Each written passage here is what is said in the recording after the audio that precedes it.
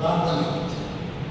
పరిశుద్ధమైన తండ్రి, జీవాత్మకమైన యేసయ్యా, నమ్మదగిన దేవానికి వందనాలు, స్తుతి స్తోత్రములు. మా జీవితం ఈ అక్టోబర్ మాసంలో చివరి పరిశుద్ధ దినాన మీ పరిశుద్ధ సన్నిధిలో ప్రవేశించటకు, మీ పరిశుద్ధ సన్నిధిలో కృతజ్ఞతతో ప్రార్థన చేయటకు, మా జీవితం సజీవ యాగంగా సమర్పించుకున్నకు, మీ విలువైన పరిశుద్ధ శరీరంలో పాల్పంచుకున్నకు మమ్మల్ని సజీవంగా లెక్కించినందుకు స్తుతి స్తోత్రం చేస్తున్నాం. మాకంటే నీతిమంతులు, గొప్పవారు, బలమైన వారు కాలగర్భంలో కలిసిపోయినగా ఏ యోగ్యత మమ్మలను నీ కృపకు పాత్రగా ఇచ్చినందుకు స్తోత్రం చేస్తున్నాం. ఏ ఉద్దేశం చేత మీ పరిశుద్ధ సన్నిధిని మమ్మల్ని తీసుకుని వచ్చావో, మీ ఉద్దేశాన్ని, మీ చింతాన్ని సంపూర్ణంగా మా ఒక్కొక్కరి జీవితంలో నెరవేర్చమని ప్రార్థిస్తున్నాం. వినగల చెవులను, గ్రహించే యోగ్యమైన మంచి మనసును, మీ వాక్యాన్ని లోబడే జీవితాన్ని, మీ వాక్యాన్ని భద్రపరిచిన హృదయాన్ని మాలో ఒక్కొక్కరిని దయచేయమని ప్రార్థిస్తున్నాం. మాలో ఎవరు అనావసరంగా ఉండకుండా, దాన్ని ఎవరిలో మా పైకి భక్తికరమైన ఉంది, మీ శక్తిని ఆశ్రయించని వారిని ఉండకుండా మీ కృప చేత మమ్మల్ని జ్ఞాపకం చేసుకోమని, మీ పరిశుద్ధ రక్తం చేత ముద్రించమని, మీ పరిశుద్ధాత్మ అభిషేకం మమ్మల్ని దయచేయమని యేసుక్రీస్తు శక్తిగా నామములో వేడుకుంటున్నాం తండ్రి. ఆమేన్. దయచేసి కూర్చోండి.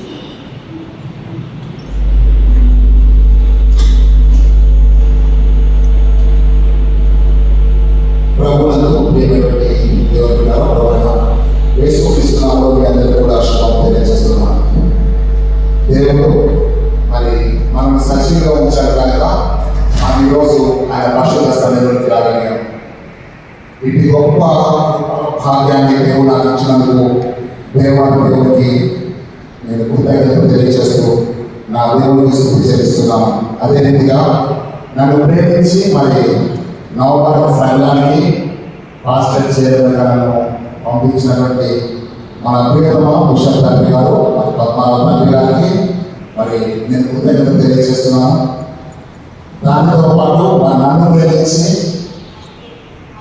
దాదాపు అంటే ఒక 35 సంవత్సరాల తర్వాత ఈ మధ్యకాలంలో 2 సాధించారు, కానీ తర్వాత వాక్య పరిచయం చేయడానికి నన్ను జ్ఞాపకం చేసుకున్నటువంటి నా ప్రియమైనటువంటి సహోదరి సహోదరులందరూ కూడా నేను వందనాలు తెలియజేస్తున్నాను. మరి ముఖ్యంగా మరి అభిజిత్ గారు, గ్రూప్ చైర్మన్ గారు, మాస్టర్ చైర్మన్ గారు వారు నాకు ఫోన్ చేసి, అయ్యా మరి మీరు సెయింట్ ఆండ్రూ చర్చ్ మన సంఘంలో దేవుడు మాకు పరిచయం రావాలని చెప్పేసి అన్నప్పుడు నేను దేవుడు స్తుతించి మరి అయ్యగారు చెప్పినటువంటి మాటకి నేను వెంటనే ఓకే అని చెప్పడం జరిగింది. కాబట్టి గ్రూప్ చైర్మన్ అయ్యగారికి, మరి పాస్టర్ కమిటీ మెంబర్స్ అందరికీ, గ్రూప్ సెక్రటరీ ఐజక్ గారికి, తర్వాత మాస్టర్ సెక్రటరీ వినయ్ గారికి, ఆ తర్వాత మరి విశ్వేకానందకు, మీ అందరూ కూడా ప్రవేశిస్తున్నామో నా యొక్క వందనాలు తెలియజేస్తున్నాను. శ్రీరామ తల్లులందరికీ వందనాలు తెలియజేస్తున్నాను. ఎందుకంటే మీరందరూ నాకు తల్లులు కాబట్టి ఎవరి బిడ్డలందరూ కూడా వందనాలు తెలియజేస్తున్నాను. చిన్న బిడ్డలకి నేను వందనాలు తెలియజేస్తున్నాను. కారణం ఏంటంటే దేవుడు ఇదే సంఘంలో నుంచి, ఈ సెయింట్ ఆండ్రూస్ చర్చిలో నుంచి, అనగా పాత చర్చి ఉండేది కదా, మనందరికీ కూడా తెలుసు, చాలా మంది తెలుసు, నేను కూడా చాలా మంది తెలుసు. మరి నన్ను గురించి ప్రార్థన చేసిన ప్రతి ఒక్కరు కూడా వందనాలు తెలియజేస్తున్నాను. ఇదే సెయింట్ ఆండ్రూస్ చర్చిలో సండే స్కూల్ అయిపోయింది, ఇదే సెయింట్ ఆండ్రూస్ చర్చిలో యూత్ అయిపోయింది, యవనస్తులుగా, తర్వాత మాస్టర్ కమిటీగా అన్ని విషయాల్లో దేవుడు దగ్గర నుంచి తీసుకొని వచ్చాడు. మా మమ్మీ డాడీ వాళ్ళు ఇదే స్థలం నుంచి ఉన్నారు, అమ్మ నాన్న సమాధులు దగ్గరనే ఉన్నాయి. మా అక్కాయిలు అనే అందరి యొక్క పెళ్ళిళ్ళు ఈ చర్చిలోనే జరిగాయి. ఇంకా గొప్ప సంగతి ఏంటంటే నాతో ఉన్నటువంటి యవనస్తులు, నా ఫ్రెండ్స్ సన్నీ ఉన్నాడు, అన్నయ్య శ్రేష్ఠుడు, చాలా ఉన్నాడు. మరి మీ అందరికీ కూడా మనం శుభం తెలియజేస్తున్నాము. కారణం అంటే భయంకరమైన కరోనా నుంచి దేవుడు మనకు రక్షించి కృప చూపి ఈరోజు మనం ఇక్కడ ఉన్నాము అంటే అది మన నీతి, మన భక్తి బట్టి కాదు, just because of his grace. తన కృప చేతనే మనం ఉన్నాం తప్ప మరి ఒక మాట చెప్పాలని లేదు అని చెప్పి మీకు జ్ఞాపకం చేస్తున్నాను. ఇప్పుడు నేను కొన్ని విషయాలు చెప్తుంటాను, మళ్ళీ చెప్తాను, ప్రసంగం చేయను. నేను చెప్తుంటా, మీరు అర్థం చేసుకుని ప్రసంగం మీలో తయారైపోతాను, చేరుకుంటాను. ఓకేనా? నేను చెప్తుంటే ఏంటంటే మీకు ఆ ప్రసంగం మొత్తం మీరు ఎదుగుతున్నాను. కారణం ఏంటంటే నేను సండే స్కూల్ నుంచి చిన్నప్పటి నుంచి కూడా మరి ఇక్కడ కూర్చొని చెప్పాను కదా, పాస్టర్ గారు వచ్చిన వాక్యం కూడా మొదలెట్టారు. ఆ పాస్టర్ గారు చేసే ప్రసంగం మొత్తంగా తెలిసిపోయింది, అందరూ తెలుస్తుంది. ఆయన వాక్యం ఎంత ఖచ్చితంగా తెలిసిపోయింది. కారణం ఏంటంటే మన మధ్యలో పనిచేసేటువంటి ద మోస్ట్ వాగ్దాన సేకరణ తెలుసుగా, వాగ్దాన సేకరణ తెలుసు. తర్వాత ఈ అందరి చేతిలో జీవనాల పుస్తకాలు, ప్రపంచంలో జీవనాల పుస్తకం, ఆ జీవనాల పుస్తకం దాకా వాగ్దాన సేకరణ ఉంటుంది.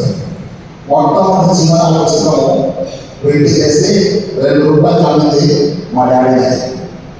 తర్వాత కోతకాలం పండుగ వచ్చిందంటే అక్కడ వేల పాట పడేస్తామంటే మా డాడీకి చౌకో ఉండేది. ఎవరంటే చౌకో సుబ్బారావు గారు. ఇక సంఘంలో ఆలోచిస్తున్నారంటే మా డాడీ. ఆ తర్వాత మీకు ఒక మాట చెప్తాను, దేవుని యొక్క సరిహద్దు చెప్తాను. ఏంటంటే హెడ్ ఆఫీస్ మా ఇల్లు ఉన్నది. అక్కడి నుంచి మా మమ్మీ డాడీ ఎంత పైసా వాళ్ళు చేసుకోవాలి, అమ్మ తెలిసిన పెట్టుకోవాలి. ఇక పిల్లలంతా నడిచి అక్కడి నుంచి ఖచ్చితంగా నడిచి వచ్చేవాడు. ఎందుకు ఈ విషయం చెప్తానంటే 5-10 నిమిషాలు ముందు వచ్చేవాడు. ఒకరోజు గుణముడు అయ్యారు, ఇక్కడ అయ్యారు, ఇక్కడ చిన్న ఉంటుంది, అయ్యారు వచ్చేవాడు. అక్కడ నేను లేడు. నాన్న 5 నిమిషాలు ఆగే చనిపోయాడు. నేను వచ్చి అప్పటికే గుణముడు కాదు నుంచి లోపలికి వచ్చాడు. సుబ్బారావు గారు ఈరోజు మీరు 5 నిమిషాలు నాటకం లేట్ అయ్యాలని చెప్పేశారు. ఈ పెద్దవాళ్ళు వస్తారు ఒప్పుకోరు కదా. అప్పుడంతా చాలా సీనియర్ కమిటీ మెంబర్స్ అన్నారు. ఏం చెప్పారంటే అయ్యారు చర్చ అక్కడ స్టార్ట్ అయితే అక్కడ స్టార్ట్ అయినా అని ఏమన్నా తెలుసా, నేను అక్కడ చెప్పాను కాబట్టి నేను మీలాంటి వస్తుంది చెప్తాను. అస్సలు పాటించే పరిస్థితి లేదు కాదు. కానీ మా నాన్న చేసిన గొప్ప పని ఏంటంటే నేను ఎప్పుడైతే ఆలోచన తీసుకొని అయ్యానో అదే రోజు పాస్టర్ రిజైన్ చేసేసి. ఎందుకు నాకు రిజైన్ చేసినానంటే నేను విమర్శించే వ్యక్తిగా ఉండదు, ప్రార్థించే వ్యక్తిగా ఉండాలని చెప్పినాను. ఈ యొక్క విషయాన్ని పక్కన పెట్టేసి వాక్యంలో వచ్చిందాం. ముఖ్యమైనటువంటి విషయాన్ని నేను చెప్తాను. ఒక విషయాన్ని జ్ఞాపకం చేసుకోవాలి. ఏంటిదంటే for everything God has a plan, God has a purpose. For everything God has a plan, God has a purpose. దేవునికి ఒక ప్రణాళిక లేకుండా, దేవునికి ఒక ఉద్దేశం లేకుండా అని ఏ పని కూడా చేయలేదు. ఇప్పుడు ఏ స్థానం ఇక్కడ తీసుకొచ్చాడు అంటే గాడ్ హ్యాస్ ఎ ప్లాన్, చెప్పండి, గాడ్ హ్యాస్ ఎ పర్పస్. దేవునికి ఒక ఉద్దేశం ఉంది, ఒక ప్రణాళిక ఉంది. ప్రణాళిక లేకుండా దేవుడు ఏమైనా కూడా చేయలేదు. అలాగైతే ఈ రోజు జరిగినట్టు కొంతకాలం పండుగలో మీకు సిద్ధపాటు రామని చెప్పేస్తున్నారు. నేను సిద్ధపాటు గురించి మాత్రమే మీకు చెప్తాను. మీకు పాతకాలం చర్చిలో ఉన్నటువంటి వాళ్ళకి ఒకటి జ్ఞాపకం చేస్తాను సిద్ధపాటు గురించి. నేను 3 రిఫరెన్స్లు చెప్తాను. ఆ 3 రిఫరెన్స్లు తప్పకుండా చదవండి, రాసుకోవాలి. మొట్టమొదటి రిఫరెన్స్ ఏంటంటే యెహెజ్కేలు గ్రంథము 38వ అధ్యాయము 7వ వచనం మనందరికీ చాలా బాగా తెలుసు. అక్కడ ఏముందంటే నీవు సిద్ధంగా ఉండము, నీవు సిద్ధపడి నీతో కలిసిన సమూహాన్ని సిద్ధపరచు. చాలా ఓకే. నీవు సిద్ధపడు, తర్వాత నీతో పాటు నీ సమూహాన్ని సిద్ధపరచాలి. నువ్వు సిద్ధపడాలి, తర్వాత నీ వాళ్ళని కూడా సిద్ధపరచాలి. నువ్వు సిద్ధపడకుండా నీ వాళ్ళని సిద్ధపరచాలంటే అది నీకు సాధ్యమయ్యే పని కాదు అని జ్ఞాపకం చేస్తున్నాను. ఇక్కడ కూడినటువంటి అందరం కూడా ప్రతి వాక్యాన్ని, ప్రతి అక్షరాన్ని జాగ్రత్తగా చదివి గ్రహించాలని మనస్ఫూర్తి కోరుకుంటున్నాను. నాకు ఇష్టమైన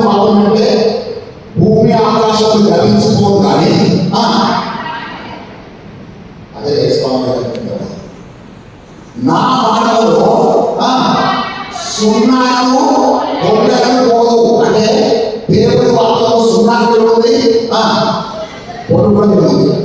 ప్రతిదీ మనం ఏం చేయాలంటే పరిశీలించి చదువుకోవాలి. ఓకేనా? యెషయా గ్రంథము 34 అధ్యాయం 16 వచనం రాసుకోండి. నేను తర్వాత చదువుతాను. అక్కడ యెహోవా గ్రంథము పరిశీలించి చదువుకోండి. చదువుకోండి, చదవండి కాదు. చదవండి అంటే ఒక అర్థం వస్తుంది, చదువుకోండి అంటే ఒక అర్థం వస్తుంది. దేవుడి గ్రంథాన్ని మనం పరిశీలించి చదువుతున్నప్పుడు దానిలో ఉండే మర్మాలు మనకి బయటపరుస్తారు. ఇప్పుడు మీకు సిద్ధపడవలసి 3 విషయాలు చెప్పాలని చెప్పేసాను కదా. మొదటి రిఫరెన్స్ ఏంటంటే ఏం చేయలేదు, ఆ 37 వచ్చంలో మేము సిద్ధపడము జాగ్రత్త కొంచెం ఓకేనా. నువ్వు సిద్ధపడాలి. నీవు అంటే సింగులర్, ఓకేనా. నువ్వు అంటే సింగులర్, ఓకేనా. నువ్వు సిద్ధపడు, నీతో ఉన్న సమూహాన్ని సిద్ధపరచు. ఇది బాధ్యత. ఎవరికి బాధ్యత చెప్తారంటే సిద్ధపడాలంటే బాధ్యత చెప్తారు, కానీ సిద్ధపడినటువంటి వాళ్ళ దేవుడు బాధ్యతని ఇవ్వడం వచ్చేసి నేను జ్ఞాపకం చేస్తున్నాను. ఆమె పెద్దలకంటే లేచి తన ఇంటి వారి వదము సిద్ధపరుస్తున్నానే తెలుసా? అవునా కరెక్టేనా? ఆమెనే పడుకుంటే ఇంకా భోజనం సిద్ధపరచలేదు. ప్రేమ తల్లులారా, మీరు సిద్ధపడాలి. మీతో ఉన్నటువంటి సమూహాన్ని సిద్ధపరచాలి. సమూహం అంటే అయితే కుటుంబం కావచ్చు, వాళ్ళ సహోదరులు కావచ్చు, సంఘం కావచ్చు. సిద్ధపడిన వాటికే సిద్ధపడే బాధ్యత అప్పగిస్తారు దేవుడు. నువ్వు సిద్ధపడకుండా నీ సమూహాన్ని సిద్ధపరచడానికి వల్ల జరగదలసిన జ్ఞాపకం చేసుకున్నాము. నీవు అంటే వ్యక్తిగతంగా దేవుడు నీతోటి ఈ ఉదయకాల సమయంలో మాట్లాడుతున్నా చెప్పి జ్ఞాపకం చేస్తున్నావు. రెండవ విషయం ఏంటంటే ఆమోసు గ్రంథము 4వ అధ్యాయము 12వ వచనం చూద్దాం ఒకసారి. ఆమోసు గ్రంథము 4వ అధ్యాయము 12వ వచనం. కాబట్టి ఇశ్రాయేలులారా, ఇలానే కనుక ఇశ్రాయేలులారా, మీ దేవుని సన్నిధిని కనుగొనకు సిద్ధపడండి. ఈ కోతకాల పండుగలో నువ్వు వచ్చే వాటాలను పరివాళ్ళని కోత పండుగ సిద్ధపడాలని చెప్పడానికి రాలేదు. గుర్తుపెట్టుకోండి, కోత పండుగ సిద్ధపడాలి అంటే ముందు ఆయన సన్నిధికి రావడానికి సిద్ధపడాలి. ఆయన సన్నిధికి రావడానికి నువ్వు సిద్ధపడితేనే కోతకాల పండుగకు సిద్ధపడవచ్చు. అక్కడ ఎందుకంటే ఈ వాక్యము ఆమోసు 4:12 వాక్యము నేను పాత చర్చిలో ఆ యొక్క రాఫ్టర్స్ మీద దూరం మీద రాసితే ఆ చిన్నప్పుడు నేను నేర్చుకున్న వాక్యం ఏమంటారంటే prepare to meet the God O Israel అని ఆమోసు 4:12 రాసలేదు.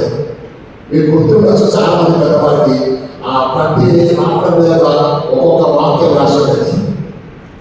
అక్కడ స్పష్టంగా రాశారంటే ఇశ్రాయేలులారా, మీ దేవుని సన్నిధిని కనుగొనడానికి మీరు వేయాలి, సిద్ధపడాలి.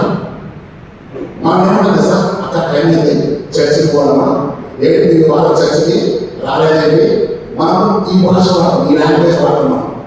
ఒకసారి మన ఆంధ్రప్రదేశ్ గీతంలో 12వ కీర్తన దేవ సంస్కృతి చేయమని గీతం తెలుసుకో మీకు. ఆ పాట రాసింది ఏంటంటే ముంగమూరి దేవదాసాయి గారు రాశారు. ఆ ముంగమూరి దేవదాసాయి గారు తన దర్శనాన్ని బట్టి గుంటూరు జిల్లాలో పెద్దకాల అనే ప్రాంతంలో బైబిల్ మిషన్ చర్చిని స్టార్ట్ చేశారు. వాళ్ళు ఏమన్నా సార్, సన్నిధికి వెళ్తున్నామంటారు. బైబిల్ మిషన్ వాళ్ళు ఏమన్నా ఆదరిస్తే ఎక్కడికి వెళ్తున్నాం?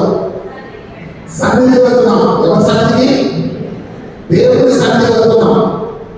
చర్చికి వెళ్తున్నాం అనే వాళ్ళకి ఎంత బాగుంది, దేవుడి సన్నిధికి వెళ్తున్నాం మన వాళ్ళకి ఎంత తేడా ఉంది, బాగుంది కదా ఆలోచించే.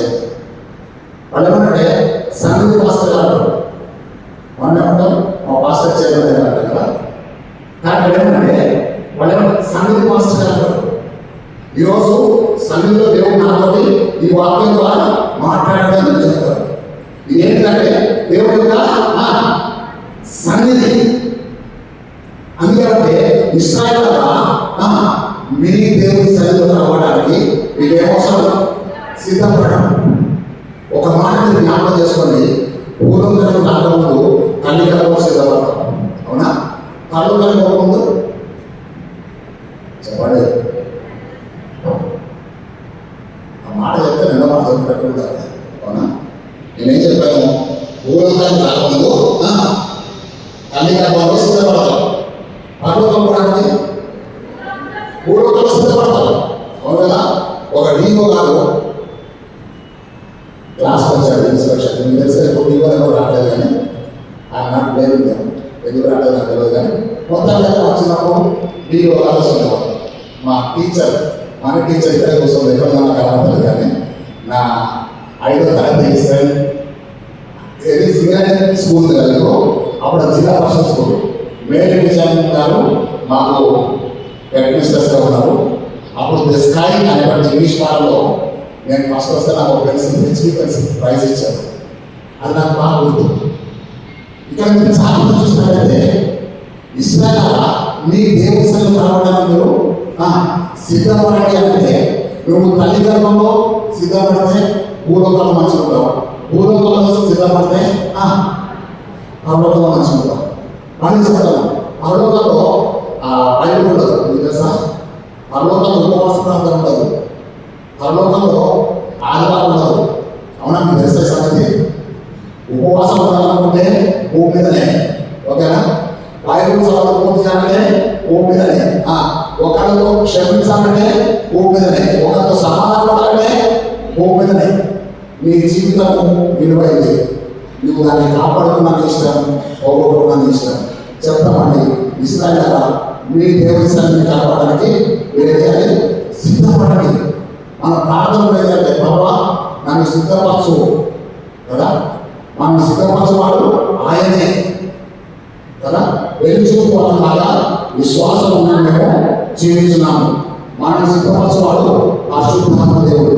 ఈ ఉదయకాల సమయంలో prepare to meet the God O Israel. Israel అనేటువంటి ప్రతి ఒక్కరు కూడా ఏం చేయాలి? సిద్ధపడాలి. ఏమి సిద్ధపడాలి? దేవుని సన్నిధిలో రావాలంటే మీరు సిద్ధపడ చాలా అవసరం. కోత పడడానికి సిద్ధపడి కాదు. చెప్పండి, నువ్వు అసలు దేవుని సన్నిధికి రావాలంటేనే సిద్ధపడి రావాలి. మీకు ఒక విషయం చెప్తాను. దేవుని మహాకృపను బట్టి church of south India CSI నుంచి నేను 2003 and 2004లో యూకేలో మిషన్ స్టడీస్ చేయడానికి వెళ్ళాను. అక్కడ ఆ సంవత్సరంలో మన అక్కడ ఒక క్వీన్కి విక్టోరియా ఎత్తడానికి ఒక పెద్ద రిసెప్షన్ జరుగుతుంటే దానికి కేవలం 120 మంది మాత్రమే ఉన్నారు. ఏది ఇన్వైటీస్. అక్కడ సెక్యూరిటీ వాళ్ళు ఏం చేస్తారు తెలుసా? వారి యొక్క తల్లిదండ్రులు తీసుకున్నప్పుడు వాళ్ళు డ్రెస్ చూస్తారు, డ్రెస్ కోడ్ ఉంటుంది. ఆ డ్రెస్ కరెక్ట్గా ఉంటేనే వాళ్ళు లోపలికి వస్తారు, లేకపోతే వాళ్ళు బయటనే వెళ్ళిపోవాలి. అనేది దేవుడి సన్నిధికి వచ్చినప్పుడు నీ డ్రెస్ కోడ్ కూడా చాలా ఇంపార్టెంట్. మీ సిద్ధపాటు ఎక్కడ వచ్చినట్టే మీరు వే ఆఫ్ డ్రెస్ తెలుసుకోదని జ్ఞాపకం చేసుకున్నాను. మళ్ళీ చెప్తాను, దేవుడి సన్నిధిని రావాలంటే నువ్వు తప్పనిసరిగా వేయాలి. నిన్ను నువ్వే సిద్ధపరచుకోవాలి. తర్వాత నీ కుటుంబాన్ని సిద్ధపరచాలి, నువ్వు సంఘాన్ని సిద్ధపరచాలి. ఒక రోజున డిఓ గారు ఏం చేశారంటే, వాళ్ళ స్కూల్కి వస్తున్నా చెప్పారు. చెప్పిన తర్వాత మన టీచర్ అందరూ ఏం చేస్తారు? మంచిగా ముందు కూర్చోబెడతారు. కొంచెం సుఖపడుతుంది, ఇంకొంచెం ఆయనకి పూర్తి సుఖపడుతుంది, క్లాస్లో కూర్చుంటారు. అవును కదా, కరెక్టే కదా. ఆ కూర్చుని ఏం చేస్తారంటే భయానికి డిఓ గారు నన్ను ప్రశ్నలు అడుగుతాడో ఏమో, ప్రశ్నలు అడుగుతాడో ఏమో అని చెప్పి ఎవరు చూస్తుంటాడు? డిఓ గారిని చూస్తున్నాడు. ఆ సంగతి డిఓ గారు చూస్తాడు. చూసి కరెక్ట్ ఎవరు వెళ్తాడు సార్? వాడిని వెళ్తాడు. ఓకేనా? వాడు ఏం చేస్తాడే అంత బిద్దుగా చూస్తున్నాడు. అవునా? కరెక్టే కదా? కరెక్ట్ వాడే వెళ్తాడు. ఇప్పుడు మీరు ప్రశ్న వేస్తున్నట్టే అంటే ఇంతలో డిఓ గారు అడిగారు ఏమంటే పంచపాఠం ఎంతమంది అని. ఎంతమంది అలానే టీచర్ ఏం చెప్తుంది నన్ను చూడాలి. టీచర్ ఏం చేస్తుంది చెప్తాను. అదే పంచపాఠం ఎంతమంది చెప్పాలా? చెప్పండి, అదే చెప్పా. పంచపాఠం ఎంతమంది మీకు అర్థమవుతుందా? అర్థమైతే మీరు కానీలు, లేకపోతే మీరు కానీలు. ఓకే అవునా? వెంటనే డిఓ గారు చేస్తే ఈ విద్యుత్తుగా చూసినట్టు ఇప్పుడు మీరు చేసే ప్రశ్న ఏంటంటే వాడు విద్య చూస్తాడన్న సంగతి డిఓకి ఎట్లా తెలిసింది చెప్పండి. కాదు కాదు, ఒకప్పుడు డిఓ గారు కూడా ఒక స్టూడెంట్ గా చదువుతున్నప్పుడు ఏంటంటే ఒక డిఓ గారు వచ్చి వాడు లేదు, ఇప్పుడు ఆయన మాట చదువుకునేవాడు డిఓ వచ్చాడు. ఆయన డిఓ అంటే కానీ ఆయన మనసులో డిఓ కూడా కదా, అవునా? అది ఆశ్చర్యం లేదు. ఎందుకు మీకు ఈ విషయం చెప్తుంటే, నేను వాక్యం చెప్పినప్పుడు కొన్ని విషయాలు చెప్తుంటే మీరు ఏంటంటే మంచి మాటలు గుర్తుపెట్టుకోవాలి. ఓకేనా? అర్థమైంది కదా? ఇప్పుడు మీకు చెప్తానంటే, మేము తల్లిదండ్రులలో సరైన ట్రీట్మెంట్ లేకపోతే భూలోకంలో సరిగ్గా బ్రతకలేదు. భూలోకంలో సరిగ్గా సిద్ధపడకపోతే అరువులు అసలు చూడకూడదు. కాబట్టి దేవుడికి ఇచ్చిన ఏ సమయాన్ని కూడా నువ్వు పోగొట్టుకోవద్దు. దేవుడు ఒక అవకాశాన్ని ఇస్తే తప్పకుండా ఒక ఆశీర్వాదం ఇస్తాడు. మీకు అర్థమవుతుందా? ఒక అవకాశం ఇచ్చిందంటే ఆశీర్వాదం ఇస్తాడు. ఆశీర్వాదం ఇవ్వడానికే అవకాశాన్ని ఇస్తున్నాడు. నాకు ఇప్పుడు అవకాశం ఇచ్చాడు, దీని తర్వాత అయితే ఆశీర్వాదం ఉంటాయి కదా. Opportunities are visible, blessings are invisible. వార్త పెట్టుకోండి. ఆ యొక్క దీవెన అనేది ఏ రూపంలో ఉండొచ్చు, అవునా? నువ్వు అనుకున్నప్పుడు ఉండాల్సిన అవసరం లేదు, కానీ అవకాశాన్ని మాత్రం పోగొట్టుకోవద్దు. నేను చెప్పాను, ఒక దగ్గర ఉద్యోగం కూడా జరుగుతుంటే ఒక బ్యాంక్ మేనేజర్ వాళ్ళ మిసెస్ మేరక ఈ బైబిల్ మాట చదవాలంటే ఆమె ఏమన్నా తెలుసా, ఏంటై కాదు ఇప్పుడు అన్న నాకు ఇచ్చేది, ముందు పంపించు కదా, ముందు చెప్పచ్చు కదా. నేను చెప్పినాక వచ్చే పట్టకుండా నేను చెప్తే బైబిల్ మాట చదవడం కూడా ఉన్నారా, సరే పట్టాలు చూసుకో అని చెప్పి ఒక టీచర్ కలిసి అమ్మ ఈ బైబిల్ మాట చదవని చెప్పి ఆమె వచ్చి ఏం చేసిందంటే వంగేసుకొని పరిశుద్ధమైన తండ్రి, నేను ఇంటి దగ్గర ప్రార్థన చేసుకోవచ్చినప్పుడు మీ సేవకుల నేర్చుకోవడం ద్వారా నాకు ఈ బైబిల్ మాట చదివే అవకాశం ఇచ్చేటప్పుడు మీకు వందనాలు చెప్పి ప్రార్థన చేసి ఆమె బైబిల్ మాట చదివింది. ఆ వచ్చినటువంటి హైదరాబాద్ సేవకుడు ఆయన చేసిందంటే దేవుడు ఏషాను ఆశీర్వదించాడు, యాకోబుని ఆశీర్వదించాడు. కానీ ఏషావు తన జ్యేష్ఠత్వం నమ్ముకున్నాడు కాబట్టి యాకోబుకి ఆశీర్వాదం వచ్చింది. మీ అవకాశాన్ని నువ్వు పోగొట్టుకుంటే వేరొకరికి అనేది ఆశీర్వాదాన్ని మార్చబడుతుంది. కాబట్టి మీ జీవితంలో అవకాశాన్ని ఎప్పుడు పోగొట్టుకోవద్దు. సహజమైన ఉదయం చెట్టు పూలు ఫలించకపోతే దేవుడు ఏం చేస్తాడు సార్ చెప్పండి. అడవి కోరిక చెట్టు తీసుకొచ్చి అంటు కడతాడు. ఆ చెట్టు పేరు అడవి కోరిక చెట్టు, అది ఎక్కడ ఉండాలి? దాన్ని తీసుకొచ్చి ఎందుకంటే సహజమైన కోరిక చెట్టు ఫలించకపోతే ఆ అడవి కోరిక చెట్టు తీసుకొచ్చి అంటు కడతాడు. జాగ్రత్త. ఈ ఉదయకాల సమయంలో నువ్వు సిద్ధపడకుండా నువ్వు నిర్లక్ష్యంగా ఉంటే నీకంటే సిద్ధపడకుండా చాలా మంది ఉన్నారని సంగతి నువ్వు గుర్తుపెట్టుకో. ఈ మందిరంలో వచ్చి మోకరించే నీకు ప్రతి దేవుడి యొక్క అవకాశం ఆశీర్వాదం చెప్పి నేను జ్ఞాపకం చేస్తున్నాను. కారణం ఏంటంటే దేవుడు నీకు ఒక అవకాశం ఇస్తే తప్పకుండా దాని మీద ఆశీర్వాదం ఉంటుంది. అది బైబిల్ పాట చదవచ్చు, ప్రార్థన చేయవచ్చు, కారణం ఏమైనా కావచ్చు. కానీ దేవుడిని ఈ రోజున తీసుకొచ్చాలంటే నువ్వు దేవాలయంలో కూర్చున్నావు అన్నదే దేవుడు ఇచ్చిన అవకాశం. ఒకవేళ ఈ అవకాశం సద్వినియోగం చేసుకోకుండా నాకు ఈరోజు రాబుద్ధి కాలేదు అంటే మీ బుద్ధి ప్రకారం నీకు జరుగుతుంది. కాబట్టి దయచేసి గమనించండి దేవుడు ద్వారా దేవుడు ఇచ్చిన ప్రతి అవకాశాన్ని మనం సద్వినియోగం చేసుకుంటే దేవుడు మనకు పట్టజాలంత విస్తారమైన ఆశీర్వాదాలు మరిస్తాడు. 3వ వచనం నేను జ్ఞాపకం చేస్తున్నాను. మత్తయి వార్త 25వ అధ్యాయం 10-11 వచనం. మత్తయి వార్త 25వ పెళ్లి కుమారుడు వచ్చెను. వారు కొనవచ్చుండగా పెళ్లి కుమారుడు వచ్చెను. అప్పుడు సిద్ధపడి ఉన్నవారు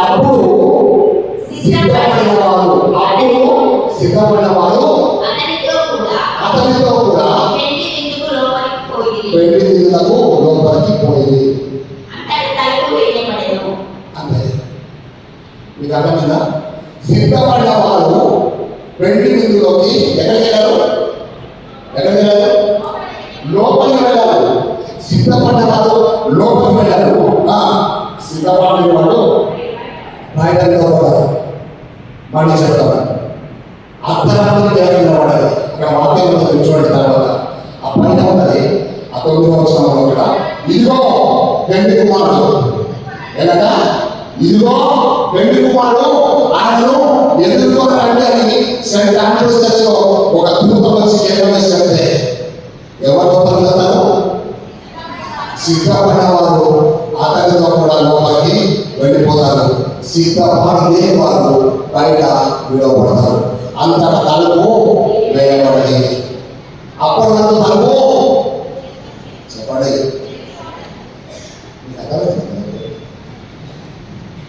తలుపు మూయబడాలి అంటే అప్పటి వరకు తలుపు తెరవబడింది. తెరవబడినప్పుడు నువ్వు సిద్ధపడకపోతే లోపలికి వెళ్ళే అవకాశం లేదు. మళ్ళీ చెప్తాను, ఇక్కడ ఉన్న మనందరూ అనేకమైన మనము దేవుడు రాజ్యాన్ని నడుస్తుంటాం. కానీ దుఃఖకరం అంటే అనేకులు దేవుడు రాజ్యాన్ని పోగొట్టుకుంటారు. ఇది వాస్తవం చెప్తున్నాను. నా కుమారుని పేరు రిచీ జాన్. ఓకేనా? ఎందుకంటే మా ఆఖరి దేవుడిచ్చాను కాబట్టి. ఓకేనా? నా కుమారుని సైకిల్ తిప్పిన, మోటార్ సైకిల్ తిప్పిన, కార్లో తిప్పిన, బస్సులో తిప్పిన, ట్రైన్లో తిప్పిన, ప్లేన్లో తిప్పిన. ఓకేనా? మేమిద్దరం కలిసి 2 సార్లు అమెరికా వెళ్ళాం. అమెరికా వెళ్ళిన తర్వాత పెద్ద పాస్టర్స్ కాన్ఫరెన్స్లో మేమిద్దరం పోకాడేసి ప్రార్థన చేసుకున్న తర్వాత నా కుమారుడు చెప్పాను, ఏమంటే నాన్న మన ఇద్దరు పూర్వకాలు కలిసినాం, మన ఇద్దరం తప్పనిసరిగా పర్వతంలో కలిసినా నాన్న, ఇది నా ప్రార్థన అని చెప్పాను. ఎందుకు ఈ మాట మీకు స్పష్టంగా ప్రియమైనటువంటి నా తల్లి సంఘానికి నేను చెప్పేటువంటి నమ్మకమైన మాట ఇదే. ప్రియమైన వల్ల నా సంఘానికి సంఘమా, మనలో ఏ ఒక్కరు కూడా పర్వత రాజ్యాన్ని పోగొట్టుకోకూడదు. ఇది వాస్తవం అని చెప్తున్నా. నువ్వు చనిపోతే నువ్వు అయితే పర్వతానికి వెళ్తావు, లేకపోతే నరకానికి వెళ్తావు. అక్కడ నీ తల్లి కనబడవచ్చు, కనబడకపోవచ్చు. నీ తల్లి కనబడవచ్చు, కనబడకపోవచ్చు. నీ భర్త కనబడవచ్చు, భార్య కనబడకపోవచ్చు. ఇది వాస్తవం చెప్తున్నాను. ఇది వాస్తవం నమ్మితే నీ పాపాన్ని విడిచిపెట్టు. ఇది వాస్తవం నమ్మితే దయచేసి క్షమించాలని క్షమించు. ఇది వాస్తవం నువ్వు నమ్మితే ఎవరితో కానీ సమాధానం పడు. కారణం ఏంటంటే నువ్వు చనిపోవడం వాస్తవం. చనిపోయిన తర్వాత నిత్య జీవనం వాస్తవం, నిత్య నష్టం వాస్తవం. ఇక్కడ ఆఖరి తప్పు దేవుడు చెప్తున్నాడు, అక్కడ అన్ని ఆలోచనలు సమాధానం చెప్తున్నాడు. ఇది వాస్తవం. దేవుడు విన్నారా? నీకు మళ్ళీ చెప్తున్నా, నా రక్త సమాచారం మీకు చెప్తానంటే నువ్వు దేవుడు రాజ్యంలో చేరాలనుకుంటే దేవుడికి ఇచ్చిన మంచి అవకాశం అంటే మనమందరం లేచి మన పాపంలో ఒప్పుకోదామంటే పాపలు ఒప్పుకోవాల్సిన సమయంలో ఒప్పుకోవాలి, విడిచిపెట్టాల్సిన సమయంలో విడిచిపెట్టాలి. ఒకవేళ నువ్వు విడిచిపెట్టకపోతే ఏం చెప్తారు సార్, నీ పాపం నిన్ను పట్టుకుంటారని చెప్తున్నాడు వాక్యంలో. ఈరోజు దేవుడు చెప్తాడే, నువ్వు చేసే సిద్ధపాటు నీ యొక్క శరీరానికి కాదు, నీ యొక్క అర్పణం కాదు, సిద్ధపాటు నీకు సిద్ధపడాలి. ఓకేనా? మనందరికీ బాగా పరిచయం పెట్టి కోతకాలకు అన్నదమ్ములున్నారు. ఎవరన్నా మనకు తెలుసు కదా. ఇప్పుడు నేను ఇక్కడ ఆఖరి 35 సంవత్సరాలు అంటే మీరు ఎన్ని కోతపడాలు చేసి ఉంటారు? 30 కోతపడాలు చేస్తారు కదా. అవునా? కరెక్ట్ కదా. 30 సంవత్సరాలు వీళ్ళు వస్తారు. వీళ్ళిద్దరు రాకపోతే కోతపడడానికి సంతృప్తి ఉండనే ఉండదు. ఇప్పుడు మీ అందరికీ ప్రశ్న ఏంటంటే, మన చిన్నప్పుడు చెప్తున్నారు దేవుడు యొక్క దేవుడు అంగీకరించాడు. మా సన్ని ఉన్నాడు. ఓకేనా? దేవుడి యొక్క అర్పణ దేవుడు అంగీకరించాడు, తల్లి యొక్క అర్పణ దేవుడు అంగీకరించాడు. ఎందుకు అనగా నువ్వు ఏం చెప్తావు? నేను చెప్తాను, నేనే కూడా మీకు చెప్తాను. ఎందుకంటే దేవుడు గౌరవాన్ని తెచ్చాడు, శ్రేష్టమైన తెచ్చాడు, అవి తెచ్చాడు, ఇది తెచ్చినాడు కదా. మరి కనీసం అంటే ఏముంది పాట వచ్చి కొత్త తెచ్చాడు, వాళ్ళు మొత్తం. ఎందుకంటే అలా సండే స్కూల్ టీచర్ చెప్పారు, బాగుంటుంది కదా. నాకు కూడా చెప్పారు వాడు. తర్వాత వాళ్ళు ఎవరు చెప్పారు సండే స్కూల్ అంటే ఆయన చెప్పారు. అవునా? ఇప్పుడు ఎందుకు చెప్తాను ఏంటంటే, ఆదికాండము 4వ అధ్యాయము 4వ వచనం తీస్తాడు ఒకసారి. కొంచెం అందరూ మీ బైబిల్లో తీసుకోండి. జెనసిస్ 4:4. ఆదికాండం 4వ అధ్యాయం 4వ వచనం చూడండి. దేవుడు కూడా తన మందలో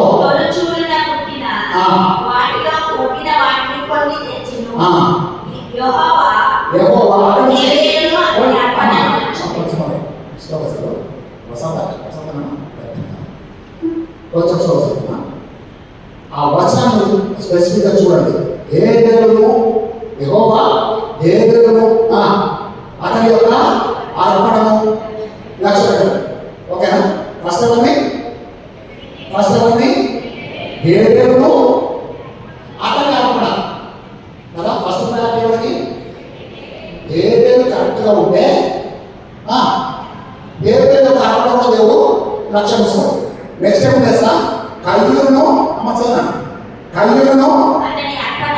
అతని అర్పణను ఆయన లక్ష్య పెట్టలేదు. ఎవరు లక్ష్య పెట్టలేదు? ఫస్ట్ కయ్యూరును లక్ష్య పెట్టలేదు, ఆయన అర్పణ కూడా లక్ష్య పెట్టలేదు. ఇప్పుడు మీకు అర్థమైందా ఎందుకు అర్పణ లక్ష్య పెట్టలేదు?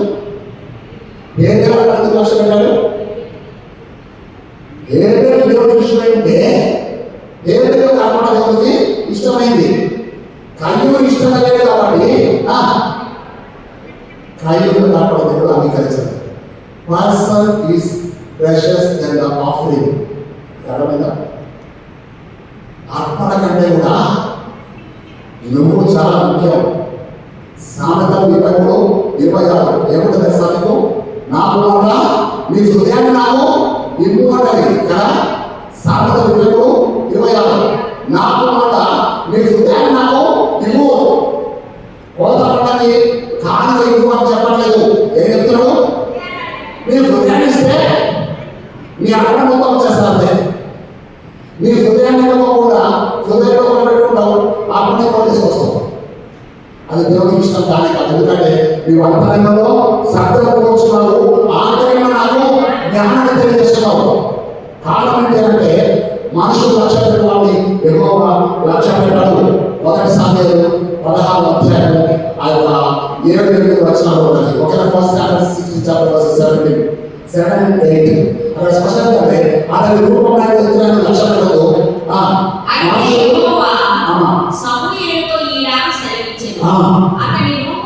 అతని రూపమును అతని ఎత్తును లక్ష్య పెట్టకు.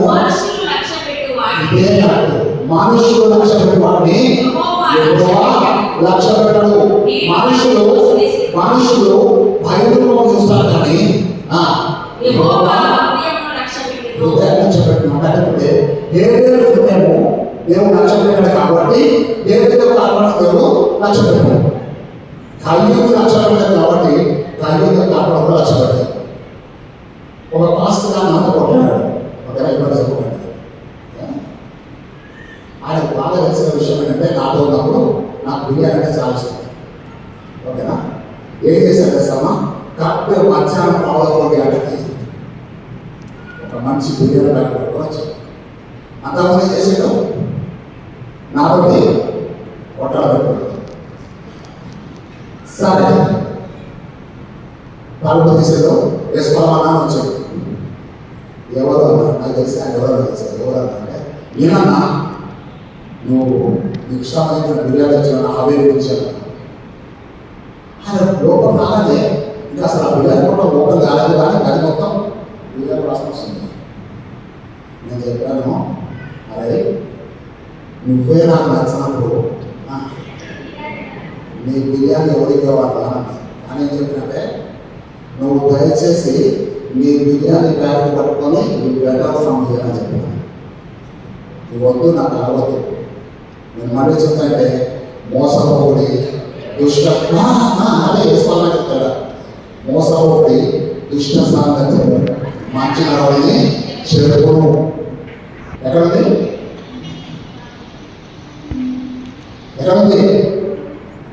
ఫస్ట్ కొరింథియన్స్ 15:30 ఉంటుంది. మొదటి కొరింథీ 15వ అధ్యాయము 33వ వచనం. మోసపోడి దుష్ట సాంగత్యము చెడుకును. మీరు అందరూ బాగా వాట్సాప్ చూస్తారు కదా. ఏంటి ఇక్కడ నుంచి అన్నయ్య వినయ్ కుమార్ అన్నయ్య గ్రూప్ చెప్పండి, మీ కొత్తలో గ్రూప్ అలా కూడా యాడ్ చేయండి. ఓకే కదా? ఇది తర్వాత నేను చెప్తాను. ఈ మధ్య వాట్సాప్ గ్రూప్ ఏం జరిగిందంటే ఒక తాబేలు నడుస్తుంది, తాబేలు పక్కన కుక్క నడుస్తుంది. బాగా చూడకూడదు. తాబేలు నడుస్తుంది, కుక్క నడుస్తుంది. ఈ కుక్క ఏం చేశాను? కుక్క బుద్ధి కదా, కుక్క బుద్ధి. అదేం చేసింది కదా, తాబేలు చూస్తుంది. తాబేలు నడుస్తుంది, నడుస్తుంది. ఈ కుక్క చూసి ఏం చేస్తుందంటే బాబులా నడవడానికి ట్రై చేస్తుంది. ఇది ఒక వీడియో తీసిండు, తీసి ఏం చేసిందంటే సహవాస దోషంలో పెట్టింది. కుక్క ఎవరైనా నడవాలి, చెప్పండి, కుక్క ఎవరైనా నడవాలి కదా. ఈ కుక్క ఊరికే బాబుని చూసి చూసి బాబులా నడవడం మొదలుపెట్టింది. కానీ అక్కడ రహస్యం తెలుసా, కుక్క తాబేలు ఫాలో అవుతుంది కానీ తాబేలు మాత్రం కుక్కని కనీసం చూడలేదు. అవునా? నేను మళ్ళీ చెప్తాను, మోసపోకుడి కృష్ణ సాంగత్యము మంచిగా చెప్పాను. నువ్వే వద్దనుకున్నప్పుడు నీ బిర్యానీ చాలా బాగుంది, బిర్యానీ బాగుంది, మనసు పప్పుకుంటాను కానీ ఇప్పుడు కూడా నాకు వద్దు. ఎందుకంటే దేవుడు నీ గురించి చెప్పాడు, నీతో సాంగత్యం చేయవద్దని నాకు చెప్పాడు. నా దేవుడికి నేను లోపల పెట్టాలి. ఈరోజు దేవుడు బిడ్డ, నీ అర్పణ 50,000 కానుక కావచ్చు, కానీ నీకు మారు మనసు లేకపోతే నీ అర్పణ దేవుడు లక్ష్య పెట్టాడు. మరి చెప్పారు మా అక్కయ్య వాళ్ళు, అన్నయ్య వాళ్ళు కూడా, చాంద్ర వాళ్ళు కూడా ఎంతోమంది మీరు అందరూ స్పాన్సర్ చేస్తే పెద్ద దేవాలయం కదా. అవునా? కరెక్టేనా? దేవాలయాన్ని చూసి మంచిగా లేదని చెప్పగలగని ధైర్యం ఎవరు కూడా లేదు. అవునా? కరెక్టేనా? కానీ ఈ దేవాలయంలో నీకు మారు మనసు లేకపోతే దేవుని రాజ్యంలో చోటు లేదు. ఒకవేళ దేవుని రాజ్యంలో చోటు లేకపోతే నువ్వు ఇక్కడ ఏదైతే నాకెందుకు? అవునా? నీకు అర్థమైందా? ఒకవేళ నువ్వు మారు మనసు లేకపోతే దేవుని రాజ్యంలో చోటు లేకపోతే నువ్వు 50,000 కానుక ఇచ్చి ఎవరికి కనపరుస్తావు? నీ అర్పణతో తృప్తి పరుస్తావు. ఒక ఆయన చెప్పాడంటే అయినా ఈసారి మంచి చర్చకొచ్చి ఒక 100 చీరలు వచ్చి పడతాను, కానీ నా పేరు మాత్రం చర్చిలో 3 వారాల మనుషులను చేయమని నేను చెప్పిన. నువ్వు వద్దు, నీ చీరలు వద్దు, ఎవరికైనా ఇచ్చుకోకపోతే దేవుడు కూడా ఒక్కటే చెప్తానంటే, నువ్వు ఏం అర్పణ తెచ్చావో ముఖ్యం కాదు, దేవుడికి ఎవరు ముఖ్యం? ఎవరు ముఖ్యం? ఉదయం ఎవరు ముఖ్యం? మనం కాదు, నేనే ముఖ్యం. మీరందరూ ఏం చేస్తారు? సచ్చినప్పుడు వచ్చి వాళ్ళు ముందు నా మాట అంటే నేర్చుకున్నాం కదా, నేర్చుకున్నాం కదా. ఒక్కరున్నప్పుడు ఏం చేస్తారు? వాళ్ళు ముందు మాట అంటే ప్రార్థన చేస్తారు, ఎందుకంటే చిన్న ప్రార్థన నేర్చుకుంది. అవునా? ఎప్పుడైతే వాళ్ళు మాట్లాడే ప్రార్థన చేస్తారు తప్ప సింగల్ ఏం చేయాలి? నా కంటే ప్రార్థన చేయాలి. మనం ఏదో ఎందుకంటే మనం నేర్చుకున్నాం God bless mummy, God bless daddy, let me always to make them happy. ఇది మనం నేర్చుకుంది, అదే ప్రార్థన చేస్తాం. నేను మళ్ళీ చెప్తానంటే, ముందు నువ్వు కావాలి. నీ కవర్లో డబ్బులు దేవుడికి చాలా ఉన్నాయి, కానీ నువ్వు సరిగా లేకపోతే నీ అర్పణ దేవుడు అంగీకరించాలని చెప్పి చెప్పడానికే సిద్ధపడకుండా దేవుడు నన్ను పంపించాడు. ఓకే కదా? సిద్ధపడితే నువ్వేమైనావు? సిద్ధపడిన వారు పెళ్లి కుమారుతో కూడా లోపలికి వెళ్ళి, సిద్ధపడిన వారు పెళ్లి కుమారుతో కూడా లోపలికి వెళ్ళారు. ఈరోజు నేను చెప్పేటువంటి వాక్యం ఇదే, నువ్వు సిద్ధపడితే పెళ్లి కుమారుతో కూడా లోపలికి వెళ్తావు. నువ్వు సిద్ధపడకపోతే తప్పనిసరిగా బయట విడవబడతావు. నీ జీవితంలో ఇది ఒకటే డిసైడ్ చేసుకో.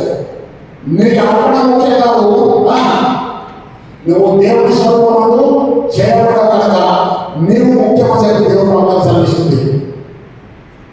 ఇప్పుడు నీకు చాలా మంది అర్థమైపోయింది. నువ్వు పనులకు వెళ్ళాలని డిసైడ్ అయింది, నీ మనసాక్షికి చెబుతుంది. ఎంతో మంది పైకి భక్తి కలపడగా ఉండి దేవుని శక్తిని ఆశ్రయించడం వాళ్ళు ఇక్కడ కూర్చున్న మనలోనే. ఈరోజు దేవుడు మనకు స్పష్టంగా చెప్తున్న మాట ఇదే, నువ్వు సిద్ధపడలేకపోతే దేవుడి రాజ్యంలో నీకు చోటు లేదని చెప్పి నేను జ్ఞాపకం చేస్తున్నాను. నన్ను పిలిచి నేను కోతపడే సిద్ధపడి, నేను చెప్పేదేమో చెప్పండి భగవద్రాజ్యం సిద్ధపడి. ఓకేనా? కోత పండుగ 2 రోజులు అయిపోతుంది. భగవద్రాజ్యం వెనకాల నీకే ఉంటుంది. నువ్వు కోత పండుగ సిద్ధపడితేనే భగవద్రాజ్యం అవుతానుకున్నా లేదు. ఒకరోజు మా కుటుంబంలో బాగా ఏంటంటే, మా డాడీ వాళ్ళు నైట్ డ్యూటీ చేసి వస్తారు కదా, నైట్ డ్యూటీ చేసి వచ్చి పడుకుంటారు. అమ్మ ఏం చేస్తారంటే పిల్లలందరినీ రెడీ చేసి చర్చి పడుకొని వస్తారు. అంతే కదా, నానేమో దుప్పటి కప్పుకొని పడుకోడు. ఎందుకంటే నాన్న ఏం చేసాడు, నైట్ డ్యూటీ చేసాడు. ఓకేనా, దుప్పటి కప్పుకొని పడుకుంటే ఒకరోజు సైతాన్ వచ్చిందంట. ఎవరు వచ్చారు?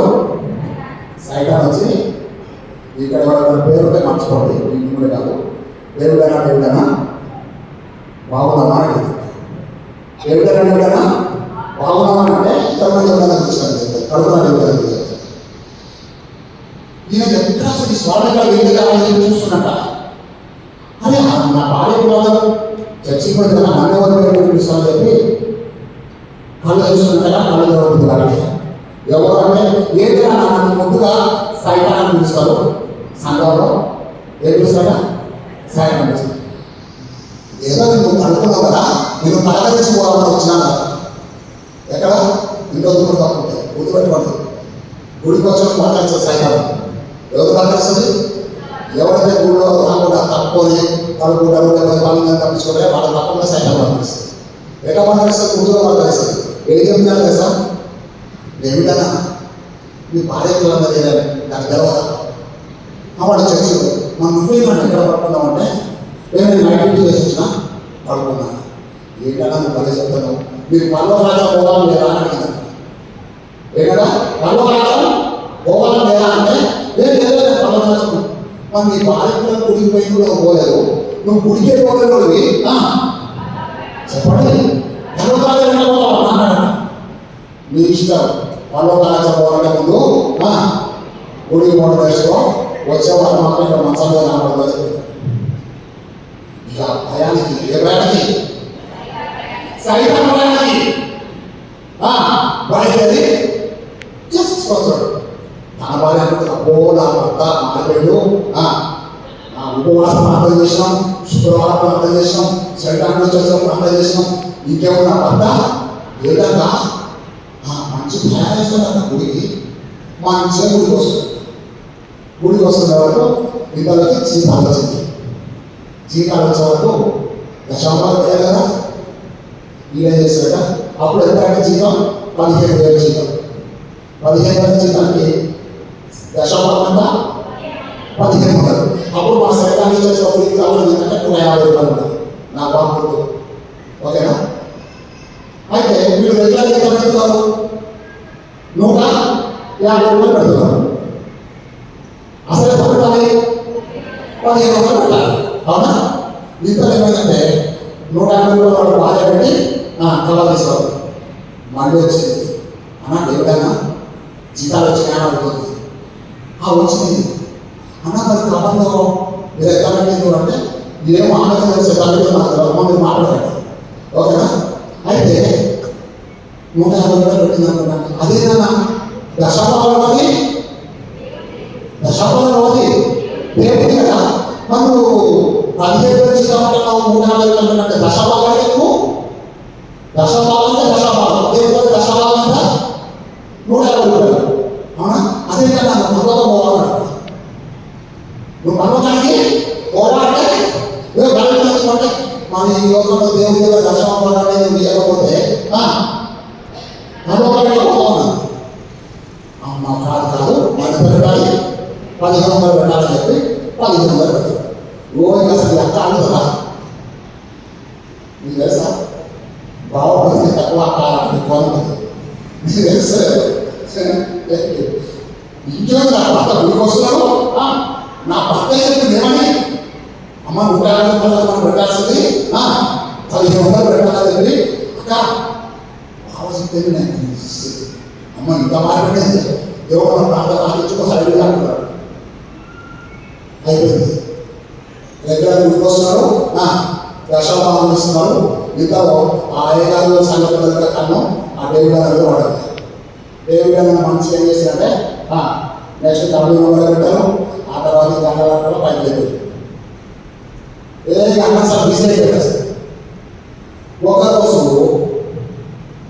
సైతాన్ వచ్చి విచారంగా కూర్చొని అన్నా దేవుడన్నా నాకు చాలా కష్టాలు వచ్చింది నాకు నీ కష్టాలు అనేది అసలు అడిగాలి సాగుతున్నా గుడికే పోలేదు. ఇప్పుడు గుడికి పోతుంటే కాదు నువ్వు చెప్పే గుడికి పోతున్నా. దశాబాలను చెప్పమని ఎవరు నువ్వు చెప్తేనే దశాబాలు ఇస్తున్నా. అసలు ఇంతకి నీకు వచ్చిన కష్టాలను చెప్పాలి చెప్తా కానీ నువ్వు ఓకే అంటే చెప్తా లేకపోతే ఈయనమన్నా నువ్వు చెప్తే కానీ నువ్వు ఓకే కాదు చెప్పేది వేరే కాదు. నువ్వు ఓకే అంటే మాత్రం తప్పకుండా చెప్తాను. ఏంటి అంటే ఆ సరే మనం ఇంత చేస్తున్నావు నేను ఎంత చెప్తాను చెప్పాలి. నువ్వు గుడికి పో, పాటలు పాడి కాని చదువు దశాభాగం ఇవ్వు, బైబుల్ పాటలు చదువు, సువార్త పాటలు చదువు, అన్ని చదువు, ప్రతిసారి కాబట్టి పో, అన్ని కాబోతే నాకు ఒక్క రిక్వెస్ట్ ఏంటంటే నీ హృదయంలో ఒక చిన్న చోటైతే నాకు ఇవ్వను. నీ హృదయంలో నాకు చోటు ఇవ్వను అంటే ఈ దేవుడు కనిపేశాక చోట నీక చోటు ఇచ్చేది అవసరమైతే నీకు హృదయం ఇచ్చేస్తాను తీసుకున్నాడు. అయిపోయిందా? ఆ రోజు నుంచి హృదయంలో చూస్తున్నాడు, సాధన చూస్తున్నాడు, అన్ని బరాబర్ నడుస్తున్నాయి. కానీ సాధన ఆధీనంలో పెట్టి నడుస్తున్నాడు. మళ్ళీ చెప్తాను, పైకి భక్తిగా వాడడం దేవుడి శక్తిని ఆశ్రయించకపోతే నీ బ్రతుకు తర్వాత నీకే తెలుసు. మళ్ళీ చెప్తున్నా, వాక్యం చెప్తున్న మాట ఏంటంటే లూకా 6:26 మనుషులందరినీ కొనియాడకు మీకు శ్రమ చెప్తున్నా. చూడండి, మనుషులందరినీ కొనియాడమా శ్రమ జ్ఞాపకం చేస్తున్నా. దేవుడని చెప్పి అందరు పైకెక్కించాడు. తర్వాత అనేది సాధన హృదయంలో కూర్చుంది. నువ్వు అన్నీ చేస్తున్నావు మంచిగా, కానీ నీ హృదయాన్ని దేవుడికి పోకుండా పోతే సాధారణ హృదయం చూపిస్తే నీకు శ్రమ చెప్పి నేను జ్ఞాపకం చేస్తున్నాను. ఇప్పుడు మీరు ఒకసారి ఆదికాండము 26వ అధ్యాయం, ఆదికాండము 26వ అధ్యాయం 12, 13, 14 ఓకేనా? కొంచెం ఓపెనా తీసుకురావాలంట. ఆదికాండము 26వ అధ్యాయం 12, 13, 14 ఓకేనా? అసలు వాడే విత్తనము వేసి ఆ సంవత్సరము ఫలము పొందెను. యెహోవా అతనిని ఆశీర్వదించెను కనుక ఆ మనుషుడు గొప్పవాడైన అతడు మిక్కిలి వరకు. మీరు చదవడం అంటే స్పేస్ ఇచ్చి చదవాలి. అతడు మిక్కిలి గొప్పవాడెవరు? రామకృష్ణ కొత్త చదవరు. అతడు అవి మిక్కిలి గొప్పవాడెవరు?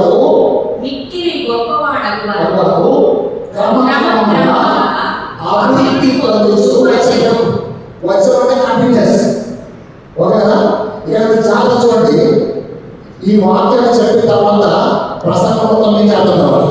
ఓకేనా? ఇస్సాకు గెరారు దేశంలో ఉన్నాడు. ఓకేనా? 6వ వచనం ఉంటుంది, 26:6 ఇస్సాకు గెరారు దేశంలో నివసించను. ఓకేనా? ఇస్సాకు గెరారు దేశంలో నివసించంటే ఆ దేశం ఇశ్రాయేలు కాదు. అవునా?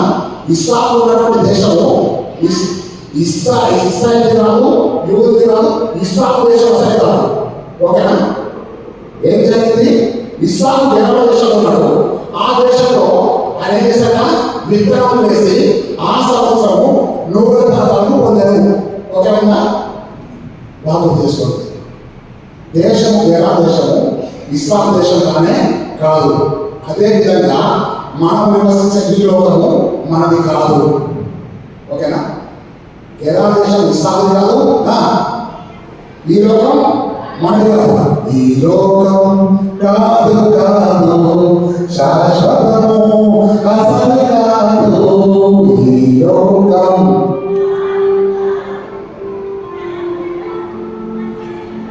ఓకే. ఇస్లాం కేరళ దేశం కాదు, మనది కూడా ఈ దేశం కాదు. మనది పరలోకం, మన పౌరస్థితి పరలోకం ఉన్నదని ఫిలిప్పీలకు రాసిన పత్రిక 3వ అధ్యాయం 20వ వచనంలో రాయబడింది. మన పౌరస్థితి ఎక్కడుంది? మన సిటిజన్షిప్ పరలోకం అని చెప్పి చెప్తున్నాడు. అయితే ఆ ఆ పరలోకంలో మనం చేరడానికి ఇస్సాకుది కేరళ దేశం కాదు, కానీ తన దేశం కాకపోయినా అది ఏం చేశాడు? విత్తనం వేశాడు. ఏం చేశాడు అంటే అర్థమైందా సార్?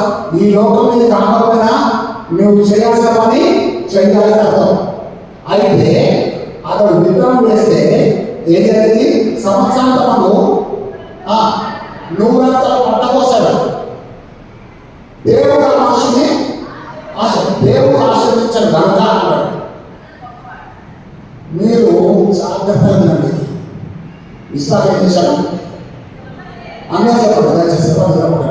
ఇస్సాకు ఏం చేశాడు? విత్తనం ఉందా? విత్తనం ఉందా? విత్తనం అంటే ఒక విత్తనం వేశాడు. ఓకేనా? ఇస్సాకు ఏం చేశాడు? ఒక విత్తనం వేశాడు. దేవుడు ఎంత ఇచ్చాడు? ఎంత ఇచ్చాడు? 100 ఇచ్చాడు. అంటే ఒకటికి 99 యాడ్ చేసి మరి ఈయన చేసే విత్తనం కూడా ఈయన కలిపి మొత్తం ఇస్సాకు చేత పెట్టాడు. వాళ్ళు పెట్టాడు. అవునా? కరెక్ట్ కదా? ఇస్సాకు చేసే విత్తనం ఒకటి, దేవుడు యాడ్ చేసింది 99. అర్థమైందా మీకు? అంటే నువ్వు ఒక్క వంతు చేస్తే దేవుడు 99 వంతులు చేస్తాడు. విడిచిస్తాడు. కొంచెం నాకు అందరికీ వచ్చింది దాంట్లో ఏంటి మీరేం చేస్తారంటే దేవుడు ఒక్క విత్తనం వేస్తాడు కాబట్టి ఏం చేశాడు? 99 ఆశీర్వదించాడు. అవునా? మీ 99 ఆశీర్వాదాలు ఎక్కడ ఉన్నాయి? ఈ ఒక్క విత్తనం ఉంది. మీకు అర్థమవుతుంది చెప్పే మాట? ఎందుకే కదా? నువ్వు ఒక్క విత్తనం వేస్తే దేవుడు దానికి 99 యాడ్ చేసి మళ్ళీ ఎవరికి చూడు వేసుకోవడం వచ్చింది. అవునా? కరెక్ట్ కదా? నువ్వు 1000 రూపాయలు వేస్తే 99,000 కలిపి హల్లెలూయా హల్లెలూయా హల్లెలూయా హల్లెలూయా 1000 రూపాయలు వేయడానికి ఇష్టపడితే 99,000 కాదు. బోనస్ ఎంత వస్తుందో నాకు తెలుసా? మీ బోనస్ వచ్చిందని మీకు చెప్పాను. ఓకేనా? నువ్వు ఎవరైనా సరే నువ్వు ఒక్క విత్తనం వేస్తే నువ్వు 99 విత్తనాలు చేసుకుంటావు. ఇంగ్లాండ్లో ఒక దగ్గర ఒక బోర్డు కనబడదు. ఏం కనబడదంటే గోడ దగ్గర గోడ ముందు బోర్డు పెట్టాడు. ఏంటంటే password free take a cup of tea అన్నాడు. ఏంటంట? Password free take a cup of tea అని చెప్పేస్తాను. అంటే వాళ్ళు ఏం చేశారు? పోయి కప్పు టీ తాగాడు. తాగి సార్ పాస్వర్డ్ ఫ్రీ అన్నారు కదా, పాస్వర్డ్ ఏంటి చెప్పండి అని విన్నాడు. Take a cup of tea, password will be free అన్నారు. వాడు మళ్ళీ ఏం చేశాడు? పోయి మళ్ళీ కప్ టీ తాగొచ్చు. సార్ తాగదు sir. You phone cup of tea is the password. Password ఏంటి? Cup of tea is the password చెప్పు. ఓకేనా? మీకేం చెప్తారంటే మీ 99 ఆశీర్వాదానికి పాస్వర్డ్ ఏంటి? ఒక్క విత్తనం. నువ్వు ఒక్క విత్తనాన్ని వేయడానికి నీ గుంపులు విప్పితే దేవుడి నీ కొరకు ఆకాశము వాకిలి విప్పుతారు. హల్లెలూయా హల్లెలూయా హల్లెలూయా. మీరు హల్లెలూయా చెప్తే 2 ఆశీర్వాదాలు ఉన్నాయి. మీ పక్క వాళ్ళు నిద్రపోరు. ఒకవేళ నిద్రపోయినా కానీ మెరుగుపడే అవకాశం ఉంది. 2 ఆశీర్వాదం ఏంటంటే వాళ్ళు నిద్రపోతే ఇంకా రాకుండా ఉంటారు. కాబట్టి చెప్పేదో హల్లెలూయా హల్లెలూయా హల్లెలూయా. నీకు ఒక్క 99 ఆశీర్వాదాలు కావాలనుకుంటే దయచేసి ఒక్క ఆశీర్వాదాన్ని నువ్వు పంచగలగాలి. నువ్వు ఒక్క విత్తనం వేస్తే దేవుడు 99 విత్తనాలు ఇచ్చి నిన్ను ఆశీర్వదించడం ఆశిస్తున్నాడు. ఒక్క విత్తనమే పాస్వర్డ్ నీ చేతిలో ఉంది. ఆ పాస్వర్డ్ ఇప్పుడు నీ చేతిలో ఉంది. విశాఖపట్నం ఎవరి చేతిలో ఉంది? విశాఖపట్నం ఎవరి చేతిలో ఉంది? నీ ఆశీర్వాదం ఎవరి చేతిలో ఉన్నాయి? హల్లెలూయా. నీకు అర్థమైంది? హల్లెలూయా. అవునా? కరెక్టే కదా? జాగ్రత్త పెట్టుకోండి. రెండో విషయం ఏం చెప్తున్నానంటే ఇప్పుడు ఇస్సాకు ఎవరు తెలుసా? ఈ విత్తనం ఎవరిది? ఇస్సాకు. కరెక్టేనా? ఈ విత్తనం విశ్వాసం ఏం చేస్తాడంటే కష్టమైన ఒక విత్తనం వేశాడు కనుక అప్పుడు 99 వచ్చింది. నేను మీకు ఇంకో డైరెక్షన్ చెప్తాను. ఆ విత్తనాన్ని సృష్టికర్తలో ఆ విత్తనంలో జీవం ఉంది తెలుసా మీకు? ఆ విత్తనం ఏముంది? ఆ జీవానికి అధిపత్యము వేస్తాయి. ఓకేనా? మరి విత్తనం ఏముంది? ఇసాక అనుకున్నాడు. అర్థమైనా మీకు? ఈ విత్తనం నాకని ఎవరు అనుకుంటారు? ఇసాక అనుకున్నాడు. అసలు విత్తనం సృష్టికర్తలు అవునా? మరి ఇసాక సృష్టికర్తలు అవును, మీకు అర్థమైందా? ఇస్సాకు సృష్టికర్త దేవుడే, ఇస్సాకు చేతిలో ఉన్న విత్తనాన్ని సృష్టికర్త దేవుడే, భూమిని సృష్టికర్త దేవుడే. ఇస్సాకు ఏం చేస్తాడంటే విత్తనాన్ని తీసుకొచ్చి భూమిలో వేశాడు. అవునా? కరెక్టేనా? ఇస్సాకు విత్తనాన్ని భూమిలో వేశాడు. దేవుడు ఆశ్రయించి పండించాడు. ఇస్సాకు అనుకున్నాడు కదా, సార్ ఈ విత్తనం నాది, ఈ కవర్లో ఉన్న 50 నాయి, నేనేం చేస్తాను కదా సార్, నేను దేవుడికి 50,000 కానిపిస్తాను, నువ్వు ఇచ్చేదే అసలు. నీకు అర్థమైనా? తెలంగాణ ఇదే భాష. ఓకేనా? అసలు నువ్వు ఇచ్చేదేంటి? అసలు నువ్వే పట్టుకోకపోతే నీ 50,000 ఏమైనాయి? అవునా? కరెక్టేనా? ప్రపంచంలో ఒక వరల్డ్ కాన్ఫరెన్స్ అనేది, ఆ వరల్డ్ కాన్ఫరెన్స్ ఏం చెప్తారంటే అసలు జీవితంలో విలువైనది ఏంటి చెప్పండి? జీవితంలో విలువైనది ప్రాణం. అవునా? ప్రాణమేనా? అంతే కదా? ఒప్పుకుంటా మీరు ఒప్పుకుంటే తప్పుకుంటా. ఓకేనా? ప్రాణం కాదు, ఊపిరి బ్రెత్. నీ ఊపిరి పోతే నిన్ను శ్రమ అంటారు. అసలు తెలుసా నీకు? అవునా? కరెక్టేనా? ఊపిరి ఉన్నవాళ్ళే నాటకం. మళ్ళీ చెప్తాను, స్టేజ్ మీద నాటకం జరుగుతుంటుంది తెలుసు కదా? ఆ నాటకం చేసిన అందరూ కూడా రంగులు పూసుకుంటారు కదా, తెలుసా మీకు? ఆ రంగులు పూసుకున్న తర్వాత వాడు నాటకం అయిపోతుంది. ఆ డ్రామా అయిపోయిన తర్వాత బెస్ట్ ప్రైజ్ ఎవరు ఇస్తారు చెప్పండి అబ్బా. ఎవరు బాగా నటిస్తే వాడికి ఇస్తారు. హల్లెలూయా. ఈ లోకంలో ఎవరిని పైకి చెప్తారంటే చెప్పండి అబ్బా, ఎవరు నాటకం అంటే వాడిని పైకి చెప్తారు. కానీ ఒకరిని గుర్తుపెట్టుకోండి, 3 గంటలు డ్రామా అయినాక నువ్వు ఏ రకంగా చేసేయగలవో అదే రకంగా స్టేజ్ దిగక తప్పదు. స్టేజ్ దిగి రోజున నీ రంగు కడుక్కోక తప్పదు. మిగిలేదంటే ఉన్నాక పోదు, లేదంలో ఇదే నీ జీవిత సత్యం. ఇది చెప్పడం వల్ల దేవుడు హెచ్చరించడం తీసుకొచ్చాడు. స్పష్టంగా చెప్తున్నాడంటే ఈ భూమి మీద కాదు, నీ చేతిలో ఉన్న విత్తనం మీద కాదు. అవునా? అసలు నువ్వు కూడా నీవు కాదు. అయితే ఈ చిన్నదాని వరకు ఎంత ఆటపడుతున్నాం కదా సార్. వాట్ ఈస్ లైఫ్ అని అంటే coming with empty hands, fighting for everything, going with empty hands. ఏమవుతుంది నాకైతే కమింగ్ విత్ ఎంప్టీ హ్యాండ్స్. లోకంలో వచ్చినప్పుడు ఒట్టి చేతులతో వస్తాం, వెళ్ళేటప్పుడు ఒట్టి చేతులు, మధ్యలో మాత్రం అందరితో పోరాడతాం.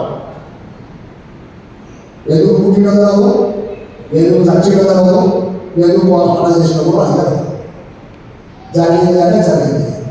ఇది దేవుడి ప్రణాళిక కాదు, నీకు సృష్టికర్త ఉన్నాడు.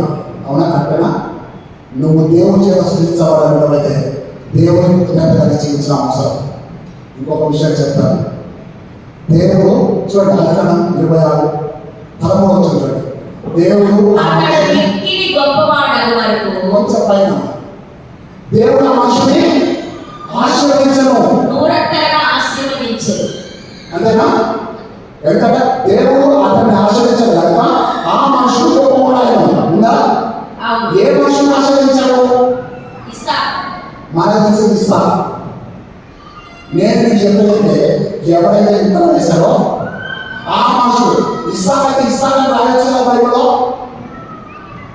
ఆ మనుషులను రాశాడు, ఆ మనుషులు నువ్వు కాబట్టే రాశాడు. ఇస్సాకు బట్టి మనం ఇస్సాకే అనుకున్నాం. ఇస్సాకు అంటే ఎవరైతే విత్తనం వేశారో దేవుడు ఆ మనుషుని ఆశీర్వదించాడు కనుక అతడు గొప్పవాడు. ఎవరు గొప్పవాడుగా చేయాలి నువ్వు? ఎవరు గొప్పవాడుగా చేయాలి నువ్వు? ఎవరు గొప్పవాడుగా చేయాలి నువ్వు? దేవుడు గొప్పవాడుగా చేస్తే నువ్వు నిజంగా గొప్పవాడు కాదు. దేవుడు ఆ మనుషుని ఆశీర్వదించాడు కనుక ఆ మనుషుడు గొప్పవాడయ్యాడు. దేవుడిని ఎందుకు ఆశీర్వదిస్తున్నాడు చెప్పండి? ఎందుకు ఆశీర్వదిస్తున్నాడు? నువ్వు గొప్పవాడి కావాలని చెప్పి ఎవరు కోరుకుంటున్నారు? దేవుడి కోరిక. నువ్వు దరిద్రంలో ప్రకారం దేవుడి ఇష్టం కాదు. నువ్వు దరిద్రంలో ప్రకారం దేవుడి ఇష్టం కాదు. నువ్వు గొప్పవాడిగా బ్రతకాలని చెప్పి దేవుడు చేశాడే నిన్ను ఆశీర్వదించాడు. ఈ మధ్యకాలంలో మీరు టీవీ ప్రోగ్రామ్ చూస్తున్నారు కదా, చాలా మంది టీవీ ప్రోగ్రామ్ స్పాన్సర్ చేస్తున్నారు కదా. మీ అందరికీ ఒక మాట చెప్తాను, ఇది మన తల్లి సంఘం. ఏదైనా కానీ మన తల్లి చెందాలి, గుర్తుపెట్టుకోండి. ఈ మధ్య ఒక స్టాఫ్ నర్సు రిటైర్డ్ అయిపోయింది. ఆమెకి 20 లక్షలు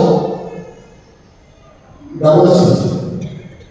ఆమె ఏం చేసిందంటే పాస్టర్ గారికి ఫోన్ చేసింది, అయ్యా నాకు 20 లక్షలు వచ్చినాయి, దశాంశాలు తీసి పక్కన పెట్టినామని అనగానే ఎంత వస్తుంది? 2 లక్షలు. ఇంకేమో అయ్యాకి ఆలోచన అంటుంది కదా, ఏక బలవరం బయలుదేరి పోతా టీపాలు పెట్టి ఆ టీపాట్ మీద పింగాన్ని పెట్టి దాని మీద 2 లక్షలు పెట్టి దాని మీద క్లాత్ కప్పి, అయ్యా మీరు ప్రార్థన చేస్తే నేను మా ఆయన ఇద్దరు కలిసి హైదరాబాద్ పోయి సతీష్ కుమార్ గారికి వచ్చి వస్తామన్నది. మా తల్లి గారు అనుకున్నా ఆ మాత్రం ప్రార్థన హైదరాబాద్ చేసుకుంటే అయిపో కదా. ఈయన పిలిపించడానికి ఈయనతో ఆశపడి ఆడబడి పోయి ప్రార్థన చేయడానికి ఈయన తీసుకోవాలి. సతీష్ కుమార్ చేయడానికి ఉన్నోడికే పెట్టండి, ఉన్నోడికే పెట్టండి. అప్పుడు కానీ మీకు ముందు వస్తుంది. మళ్ళీ జ్ఞాపకం చేస్తున్నా, ఇది మీ తల్లి సంఘం. జ్ఞాపకం చేస్తున్నాను, ఇది మీ తల్లి సంఘం. మీ తల్లిని కానీ నువ్వు ఎక్కడ పోయినా అది నీకు ఆశీర్వాదం కానే కాదు. కావాలంటే నా తల్లి నన్ను తన ఒళ్ళో పాలించి పెంచింది. నా తల్లిని కావాలని ఎక్కడ పోయినా అది నాకు ఆశీర్వాదం కానే కాదు.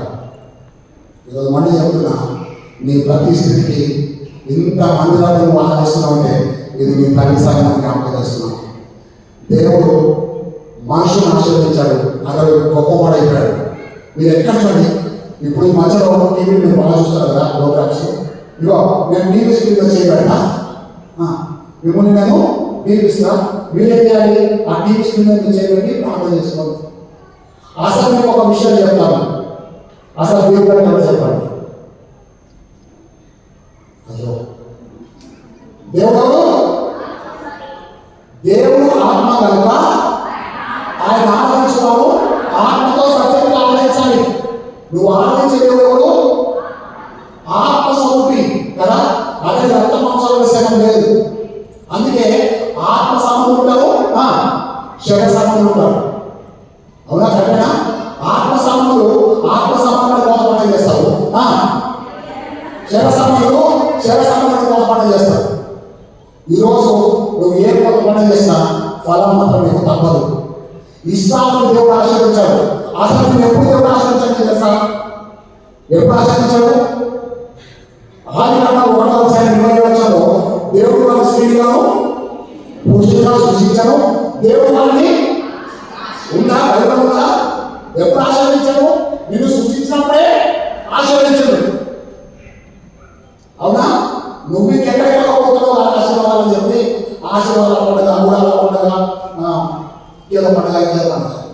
ఎందుకు తెలుసా? ఇవన్నీ నువ్వు గెటింగ్ ఫండ్స్. ఇది కాదు. నువ్వు ఏ పండుగ చేస్తావు తక్కువ సంగతి, కానీ నీ పండుగ ఒకటి ఉంది. బైబిల్లో ఎన్ని కొత్త పండుగలు ఉన్నాయి తెలుసా మీకు? 2 కొత్త పండుగలు ఉన్నాయి.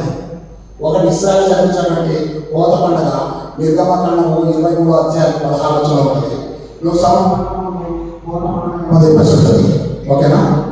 రెండవ కొత్త పండుగ ఏమంటారంటే మత్తయి సువార్త 13 దేవుడి యొక్క బలంలో గురువులు గోధుమలు ఉంటాయి, తెలుసు కదా. అక్కడ ఒకసారి నువ్వు మత్తయి సువార్త 13 30 చదవండి. మత్తయి సువార్త మత్తయి సువార్త 13:30. కోత కాలము వరకు రెంటిని కలిసి రెండింటిని కలిసి ఎదగనీయుడి. ఎదగనీయండి. కోతకాలమందు కోతకాలమందు పురుగులను పురుగులను ముందుగా కూర్చి వాటిని కాల్చివేయుడి. కాల్చివేయండి. కట్టలు తర్వాత కట్టి కొన్ని గోధుమలను వచ్చిన అడుగుతూ పడినారు. అవునా? తర్వాత 39 వచ్చిన చదవండి.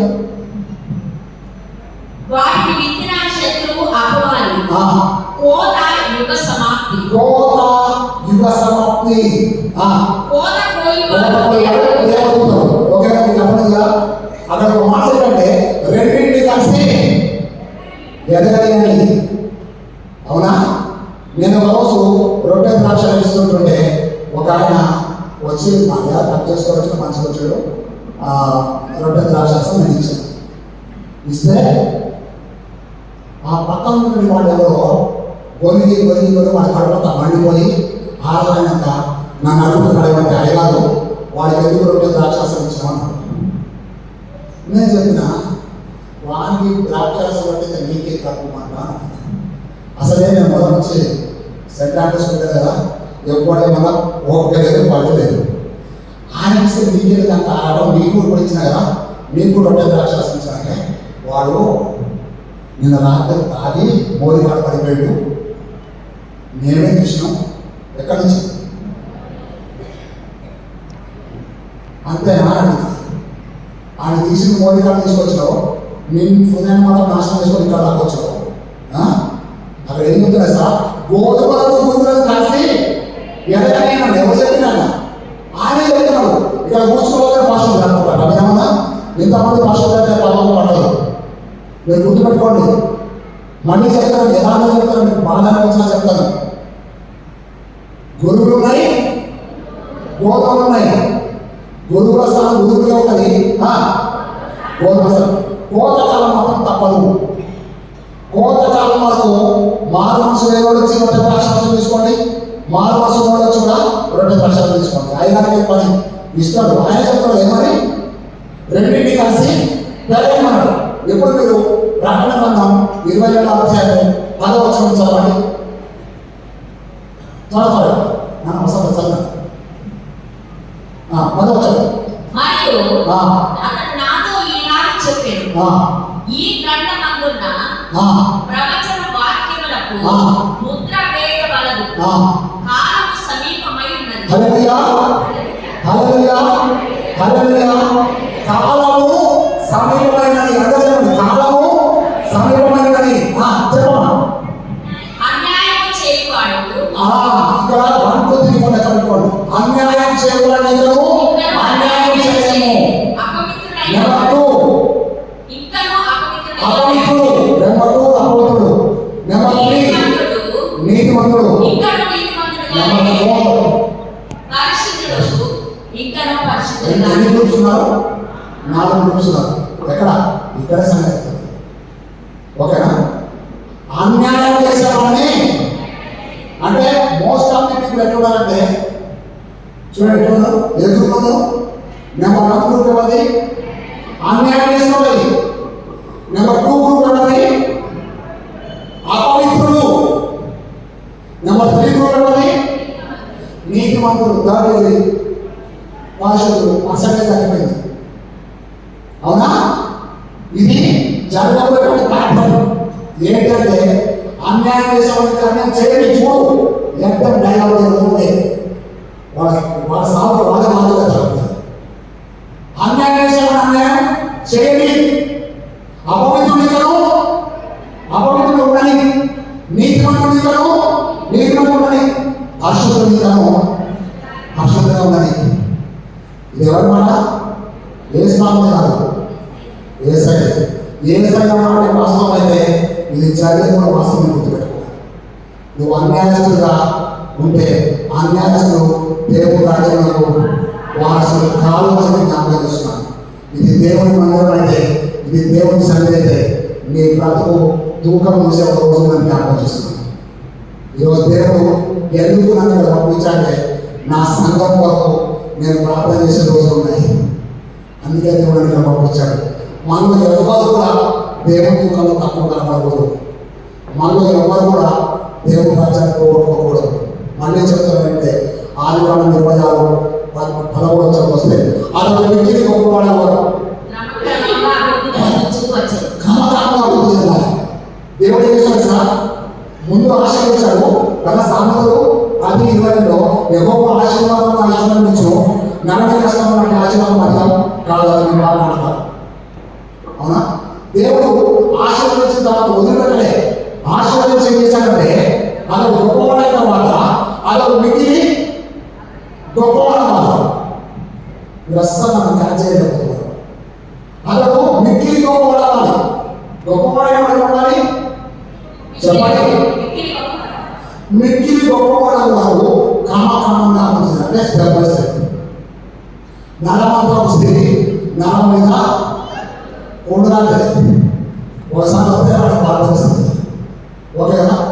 నరమంతా వస్తుంది, నరం మీద ఉండడానికి. కాబట్టి నువ్వు ఒకవేళ మంచిగా వస్తే ఎగిరి నష్టానికి అవసరం నీకు లేదు. మళ్ళీ నీ మొదటి స్థితి నీకు ఎదురు చూస్తున్నాను గుర్తుపెట్టుకో. నువ్వు అనుకుంటున్నానంటే నేను అందరికంటే అనుకుంటాను, అందరికంటే కూడా సాధన పెట్టుకోవాలని జ్ఞాపకం చేసుకో. కరెక్టేనా చెప్పింది? నువ్వు ఎంత అందగతమైన సమాజం పెట్టక తప్పదు. నీకు మిగిలిన ఎముకలు కూడా తప్ప ఇంకోటి లేదని జ్ఞాపకం చేస్తున్నావు. ఈరోజు నువ్వు ఆశీర్వదించబడితే నువ్వు గొప్పవాడవుతావు. నువ్వు గొప్పవాడైన చెప్పాలి. మిగిలి గొప్పవాడవు. క్రమక్రమంగా ఒకేసారి కాదు, క్రమక్రమంగా నిన్ను అంచంచగా పెంచిస్తాడు. ఏ పాటి వాడనని నన్నెంతగా దీవించావు, అంచంచలుగా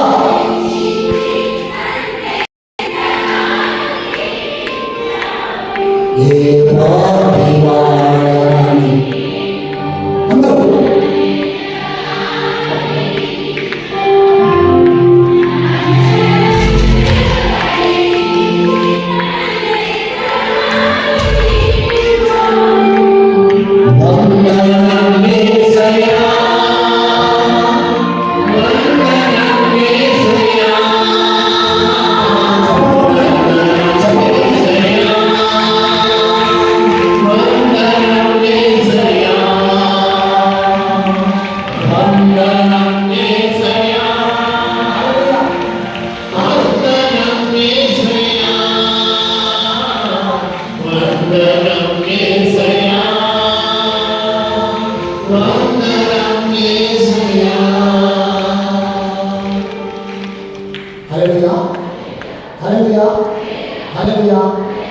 నువ్వు అంచనంచలు ఎదగాలంటే ముందు నువ్వు ఆశీర్వదించబడాలి. నువ్వు ఆశీర్వదించబడాలంటే విత్తనం వేయాలి. విత్తనం వేస్తే ఆశీర్వదించబడతావు. ఆశీర్వదించబడితే గొప్పవాడతావు. గొప్పవాడు అయితేనే మిగిలి గొప్పవాడతావు. ఆ పాస్వర్డ్ ఉందంటే పాస్వర్డ్ ఉంది. వ్యవసాయం రాదు, విత్తనం వదిలింది. విత్తనాలు రాదు, ఆ విత్తనం వచ్చింది. అంతేకాదురా మిమ్మల్ని సాగదీయాలంటే నాకు సంవత్సరం పట్టేటప్పుడు మరి మీరు ఎట్టున్నారో నాకు తెలియదు. కానీ నాకు చాలా బాగుంది. నేను మన చెప్తానండి, ఎవరి చేతులు విత్తనంలో ఎవరు విత్తనం వేస్తారో వాళ్ళు 100 ఫలం పొందుతారు. ఎవరు 100 ఫలం పొందుతారో వాళ్ళు ఆశీర్వదించబడతారు. ఎవరు ఆశీర్వదించబడతారో వాళ్ళు గొప్పవాళ్ళైతారు. ఎవరు గొప్పవాళ్ళైతారో వాళ్ళు మిగిలి. ఓకే కదా? ఉన్నారు కదా? అయితే నాకైతే సాంప్రదాయం మీరు గుర్తుపెట్టుకోండి. ఓకేనా?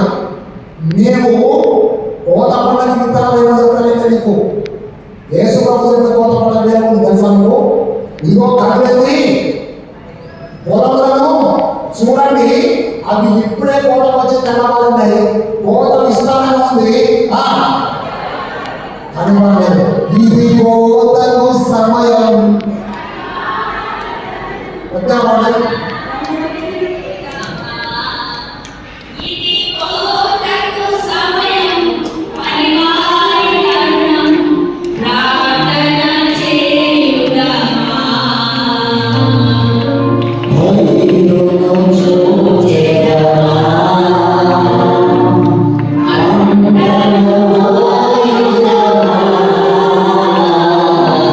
Hallelujah.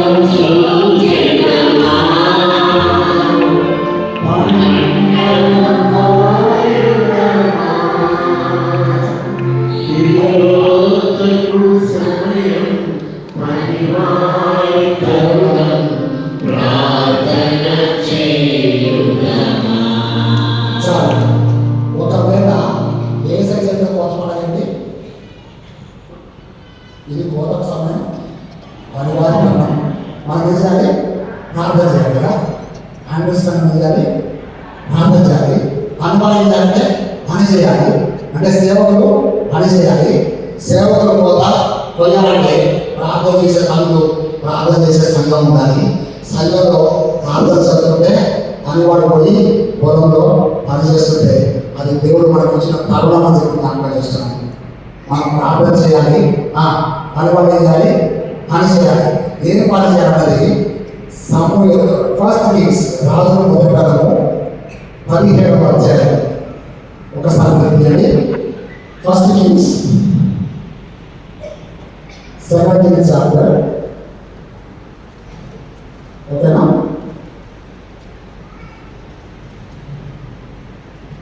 పదహారు వచ్చిన ఓకే ఓకేమ్మా. ఆమె నీళ్లు 17వ అధ్యాయం 11వ వచ్చిన ఆమె నీళ్లు తేవచ్చుండగా అతడు ఆమెను మరలా పిలిచి, నాకు ఒక రొట్టె ముక్కను నీ చేతిలో తీసుకొని రమ్మని చెప్పాను. అందుకు ఆమె, నీ దేవుడైన యెహోవా జీవము తోడు తొట్టిలో పట్టెడు పిండియు బుడ్డిలో కొంచెం నూనెయు నా యొద్దనున్నవే గాని అప్పం ఒకటైనను లేదు. మేము చావక ముందు నేను ఇంటికి పోయి వాటిని నాకును నా బిడ్డకును సిద్ధము చేసుకొనవలెనని కొన్ని పుల్లలు ఏరుటకై వచ్చినని.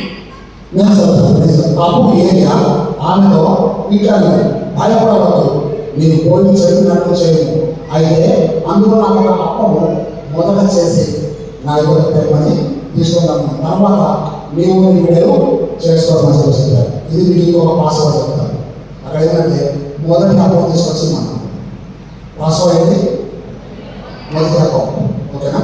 ఆమె తలపు వేరే ఉంది, దైవజనుడి ద్వారా దేవతల తలపు వేరే ఉంది. ఆమె తలపు ఏంటి? ఈ ఒక్క పిండి తీసుకొని తిని నేను నా బిడ్డ ఎవరిపోవాలి చెప్పండి, ఎవరిపోవాలి అంటే ఈమె తాగకుంటే చచ్చిపోవడమే అనుకున్నాను. That was the last meal. అది చివరి భోజనం వాడాలి. ఇది తిన్న తర్వాత నెక్స్ట్ పోవాలంటే చచ్చిపోవడం. ఇది ఎవరి తలపు? ఇది ఎవరి తలపు? అవునా? దేవుడి తలపు వేరే ఉంటుంది. అవునా? ఇప్పుడు చూడండి, నువ్వు చచ్చిపోతావు తెలుసు కూడా దైవ సేవకులు పీడించుకోవాలి. అవునా? ఆయన ఏమంటే నువ్వు చచ్చిపోతానంటే కూడా నువ్వు అయితే మొదటి తీసుకొచ్చి నాకు ఇవ్వమని. ఆమె ఏం చేస్తే ఆ మొదటి అప్పం వచ్చింది. తర్వాత వచ్చిన మనం చూస్తే ఆ 16 వచ్చిన చూడండి.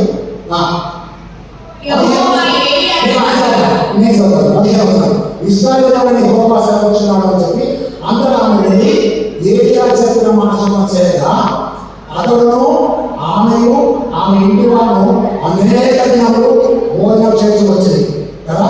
యెహోవా ఏలియా వారి సెలవిచ్చిన ప్రకారం తొట్టిలో తప్పింది తక్కువ కాలేదు, మూడిలో ఉన్న అయిపోలేదు. ఈరోజు ఏలియా చెప్పిన ప్రకారం దేవుడు ఆమె చింతలు చేశాడు. మీ జీవితంలో ఒక రహస్యం చెప్తాను. ఎప్పుడు కూడా దైవజనాన్ని దుఃఖపెట్టదు, దైవజనాన్ని విమర్శించవద్దు. ఎందుకు ఈ మాట చెప్తున్నానంటే, ఒక గ్రామంలో ఒక ఆయన చెప్పిన మాటలు చెప్తాను. ఇప్పుడు నేను ఏమనిపిస్తాను కదా సార్, దైవజనం అవునా, దేవుని సేవకుడు అంటాం కదా. పొలం ఏమండి? దేవుడి. నేను పొలంలో ఏమండి? దేవుని సేవకుడిని. అవునా? దేవుని పని ఉంది. దేవుడి పొలంలో దేవుడి సేవకుడు తప్పు చేస్తే పక్కపాలు వస్తారా? మీకు అర్థం చెప్పేమాట. ఇప్పుడు దేవుడి పొలం పక్కన ఇంకో పొలం ఉందమ్మా. ఇప్పుడు మీ పొలంలో పని ఉంది, మీ పొలంలో సేవ ఉంది. ఓకేనా? నేను ఈ పొలంలో పని చేస్తున్నాను. ఈ పొలంలో నేను తప్పు చేసిన నన్ను శిక్షించడానికి ఉంటుంది, యజమానితో ఉంటుంది, అంటే దేవుడితో ఉంటుంది. అన్న కరెక్ట్గా చెప్పిందన్నమాట. మరి అటువంటిప్పుడు పక్క పొలం వచ్చి ఈ నా పొలంలో పనిచేసుకొని పిలిచి నాకు దాన్ని అయ్యా వీడిని పొలంలో తప్పు చేస్తాడు కాబట్టి నేను ఆవేశం వచ్చిన తగ్గిన ఇవ్వ వీడిని దక్కించాలంటే నేనేం చేశాను సార్ ముందు వాడిని దాంట్లో నా పొలంలో పనిచేసే పనివాడికి అన్నారంటే ఎవరు అనాలి? నేను అనాలి. ఒకరు ఇవ్వాలనుకుంటే ఎవరు ఇవ్వాలి? నేను. ఎందుకంటే వాళ్ళు నన్ను నమ్మకం సేవ చేస్తున్నాం, నా పొలంలో పనిచేస్తున్నాం. ఇది అర్థంగా చెప్తున్నమాట. దేవుని సేవకుని ఎప్పుడు మనసు కష్టపెట్టదు, దేవుని సేవకుని విమర్శించవద్దు. మనం చెప్తాం ఏం తెలిసి వాళ్ళు ఏం చేస్తారంటే ఏదైనా కొత్త సంగతి వింటారు, తెలుసుకుంటూ వెళ్ళిపోతారు. వేరే సంగతి ఏం చేస్తారు తెలుసా? పావులు సీరియస్ సంగతి కనుక్కొని లేఖనం పరిశోధిస్తారు. వాక్యం చదివే వాళ్ళు వేరే సంగతులు, విమర్శించేవాళ్ళు వేరే సంగతులు. ఈరోజు నేను మళ్ళీ మీకు చెప్పండి, ఆయన చెప్పాడంటే మొట్టమొదటి అర్థం తీసుకొచ్చి నాకు పోమంటే ఆమె తెలుసు చచ్చిపోతాను. ఆమె నేను చెప్పినట్టు చెయ్యి అంటే దేవుడు నీతో ఏదో చెప్పిన మాట ఏ స్వాతం చెప్పినట్టు చేయమంటలేదు, నేను ఏ సరి చెప్పినట్టు చేద్దాం. ఒకవేళ అది నీ దగ్గర ఉంచుకుంటే ఏది దేవుడికి ఇవ్వాల్సింది నీ దగ్గర ఉంచుకుంటే ఒక బాల్యం అంతా తెలుసు కదా, వాళ్ళ ఇంటికి పోలేదు. ఎక్కడి నుంచి దేవుని సంఘం నుంచి ఇంటికి వెళ్ళలేవు. భర్త బాగుపడే సంగతి భార్య గలవు, భర్త ముడిపడే సంగతి భార్య గలవు. ఈరోజు దేవుడికి చెప్తున్న మాట దయచేసి దేవుడి ఎలా ఉంటే తెలియకపోదు. దైవస్థుల మాట విను, జీవంగా మార్చేది దేవుడు, శాపాన్ని ఆశీర్వాదం మార్చేది. ఆ దేవుడు మీ దేవుడు అయితే మీ దేవుడు చెప్పిన మాటలు వినాలి. వాళ్ళు అనిపించినట్టే ఒకటేనో అనిపించినట్టే మాట వినగా శ్రేష్టం. అట్టి కృప దేవుడు మనకు దీవించి ఇవ్వాలంటే ఒక్కసారి నువ్వు శిలువ వైపు చూడాలి. ప్రభు నీ కొరకు నా కొరకు దరిద్రుడై మన కొరకు తన ప్రాణాన్ని పెట్టాడు. ఆయన ప్రాణం పెట్టకపోతే, ఆయన మన కొరకు చనిపోయి తిరిగి లేకపోతే ఇంత గొప్ప సమూహంలో కూర్చుండేది కాదు. ఇంత సమూహానికి కేంద్రంగా ఉంటే అపోస్తల కార్యములు 20వ అధ్యాయం 28వ వచనం చదువుకొని ప్రార్థన చేసుకున్నాం. అపోస్తల కార్యములు 20వ అధ్యాయం 28వ వచనం చదువుకొని అలందరూ అపోస్తల కార్యములు 20వ అధ్యాయం 28వ వచనం. దేవుడు దాన్ని చెప్పేస్తారు. దేవుడు తన స్వార్థం నుంచి సంపాదించిన ధన సంఘం. ఎవరి సంఘం అది? ధన సంఘం, దేవుడి సంఘం. మనందరూ దేవుడి సంఘం, దేవుడి స్వార్థంతో సంపాదించుకున్న సంఘం. అంటే దేవుడు మనందరినీ ఎలా సంపాదించుకున్నాడు? స్వార్థం, సొంత అర్థం నుంచి సంపాదించుకోడు. మనకు దేవుడికి ఏం పెట్టాం? రక్తం నుంచి సంపాదించుకుంటే ఏ సంబంధం పెట్టాం? రక్త సంబంధం పెట్టాం. మనం దేవుడికి ఏం పెట్టాం? సంఘాన్ని చూస్తే శరీరానికి సంఘం, వర్ణాన్ని చూస్తే రక్త సంబంధం. అవునా? నువ్వు belongs to God, not for the Satan. నువ్వు దేవుడికి సంబంధం అయితే దేవుడిని కూడా స్వాగతం చేయి. నువ్వు దేవుడికి సంబంధం అయితే దేవుడికి సంబంధమైన మాట మాట్లాడు. నువ్వు దేవుడికి సంబంధం అయితే దైవ సంబంధమైన ప్రార్థన చేయి. శాపనాంతం పెట్టకు, విమర్శించకు. వాని పొలం వాడిని పోనీయండి. నీతిమంతుడి గాను నీతిమంతుడిని, పరిశుద్ధుడి గాను పరిశుద్ధుడిని, అన్యాయం చేసి చేయలేండి. అపవిత్రుడి గాను అపవిత్రుడిని. ఇదిగో ప్రతి వాడికి వారి జీవనం చెందిన ఉంటుంది. అది నిజమైన గౌరవం. చివరికి ఒక మాట చెప్పి ముగిస్తాను. ప్రకటన 2:11 కదా, మరణం వరకు నమ్మకంగా ఉండు, నేను నీకు జీవితం ఇస్తాను. నమ్మకంగా ఉంటే జీవితం ఇస్తాడు, పని చేస్తే జీవితం ఇస్తాడు. నమ్మకంగా ఉండి పని చేస్తే జీవితం ఇస్తాడు, జీతం కూడా ఇస్తాడు. నీకు జీతం రెడీ ఉంది, నీకు జీవనం రెడీ ఉంది. నువ్వు తండ్రి అయితే నమ్మకంగా ఉండు, నువ్వు తండ్రి అయితే నమ్మకంగా ఉండు, నువ్వు సంఘ పెద్దలైతే నమ్మకంగా ఉండు, నువ్వు దైవజనుడు అయితే నమ్మకంగా ఉండు. నమ్మకమైన వాడికి దీవెనలు కలగము. కళలు వచ్చి ప్రార్థన చేసుకున్నాం, మోకరించి ప్రార్థన చేసుకున్నాం. మోకరించే వాడు మోకరించండి, కళలు వచ్చి ప్రార్థన చేసుకున్నాం. దయచేసి దేవుడు నీతో మాట్లాడడం చెప్పి నన్ను పంపించాడు. దేవుడు తన స్వార్థం నుంచి సంపాదించుకున్న తన సంఘంలో దేవుడు నిన్ను నన్ను రమ్మని చెప్తున్నాడు. దయచేసి ప్రార్థన చేసుకో, ప్రార్థన చేసుకోండి. దయచేసి మీ నోరు విప్పండి, నోరు విప్పి ప్రార్థన చేయండి. దేవా, ఈ స్వార్థం ఆశీర్వదించిన దేవా, నన్ను కూడా జ్ఞాపకం చేసుకో. యేసయ్యా, నీ స్వార్థంతో సంపాదించుకున్నావు కనుక నన్ను జ్ఞాపకం చేసుకోవాలని నేను చెప్తాను. ప్రతి ఒక్కరు కూడా ప్రార్థన చేసుకోండి. ఇది ప్రార్థన చేసే సమయం. ఈ ప్రార్థన మీ కుటుంబానికి, మీ జీవితానికి, మీ సంఘానికి దేవుడు గొప్ప ఆశీర్వాదిస్తున్నాడు. నీవు ఆశీర్వదించబడాలని ఆశీర్వాదపడతాను. దేవుడు ఇష్టమైన జీవితంలో లేకపోతే ఆశీర్వాదం ఉన్నదని చెప్పి నేను జ్ఞాపకం చేస్తున్నాను. ప్రార్థన. మహాగణ మహోన్నత పరిశుద్ధుడా నిత్య నివాసిని వందనాలు చేస్తున్నాను. ఎవరి దేవుడై నలిగిన హృదయం కావాడై మీ మాటలను వదులుచున్నాడో వాడిని మాత్రమే దృష్టిస్తాను కనుక ఈ వాక్యంలో ఎవరైతే నలిగిన హృదయం కావాలని మీ మాట వింటారో, వారి హృదయంలో వదులుతారో వారిని దృష్టించి నానా కోతకాల పండుగ మా ఇంట్లో ఉంది, కానీ మేము చక్కబెట్టిన కోతకాల పండుగలో మా జీవితాలు నరకానికి వెళ్తాయా, నిత్య ఆనందంగా రీసెర్చ్ చేసే భాగం దయచేసి ఇదే మా జీవితాన్ని చూడకపోతే మీ మహిమాచరణ చేర్చుకోవాలని యేసు క్రీస్తు శక్తి నామములో వచ్చినాం తండ్రి. సార్ మాతో కూడా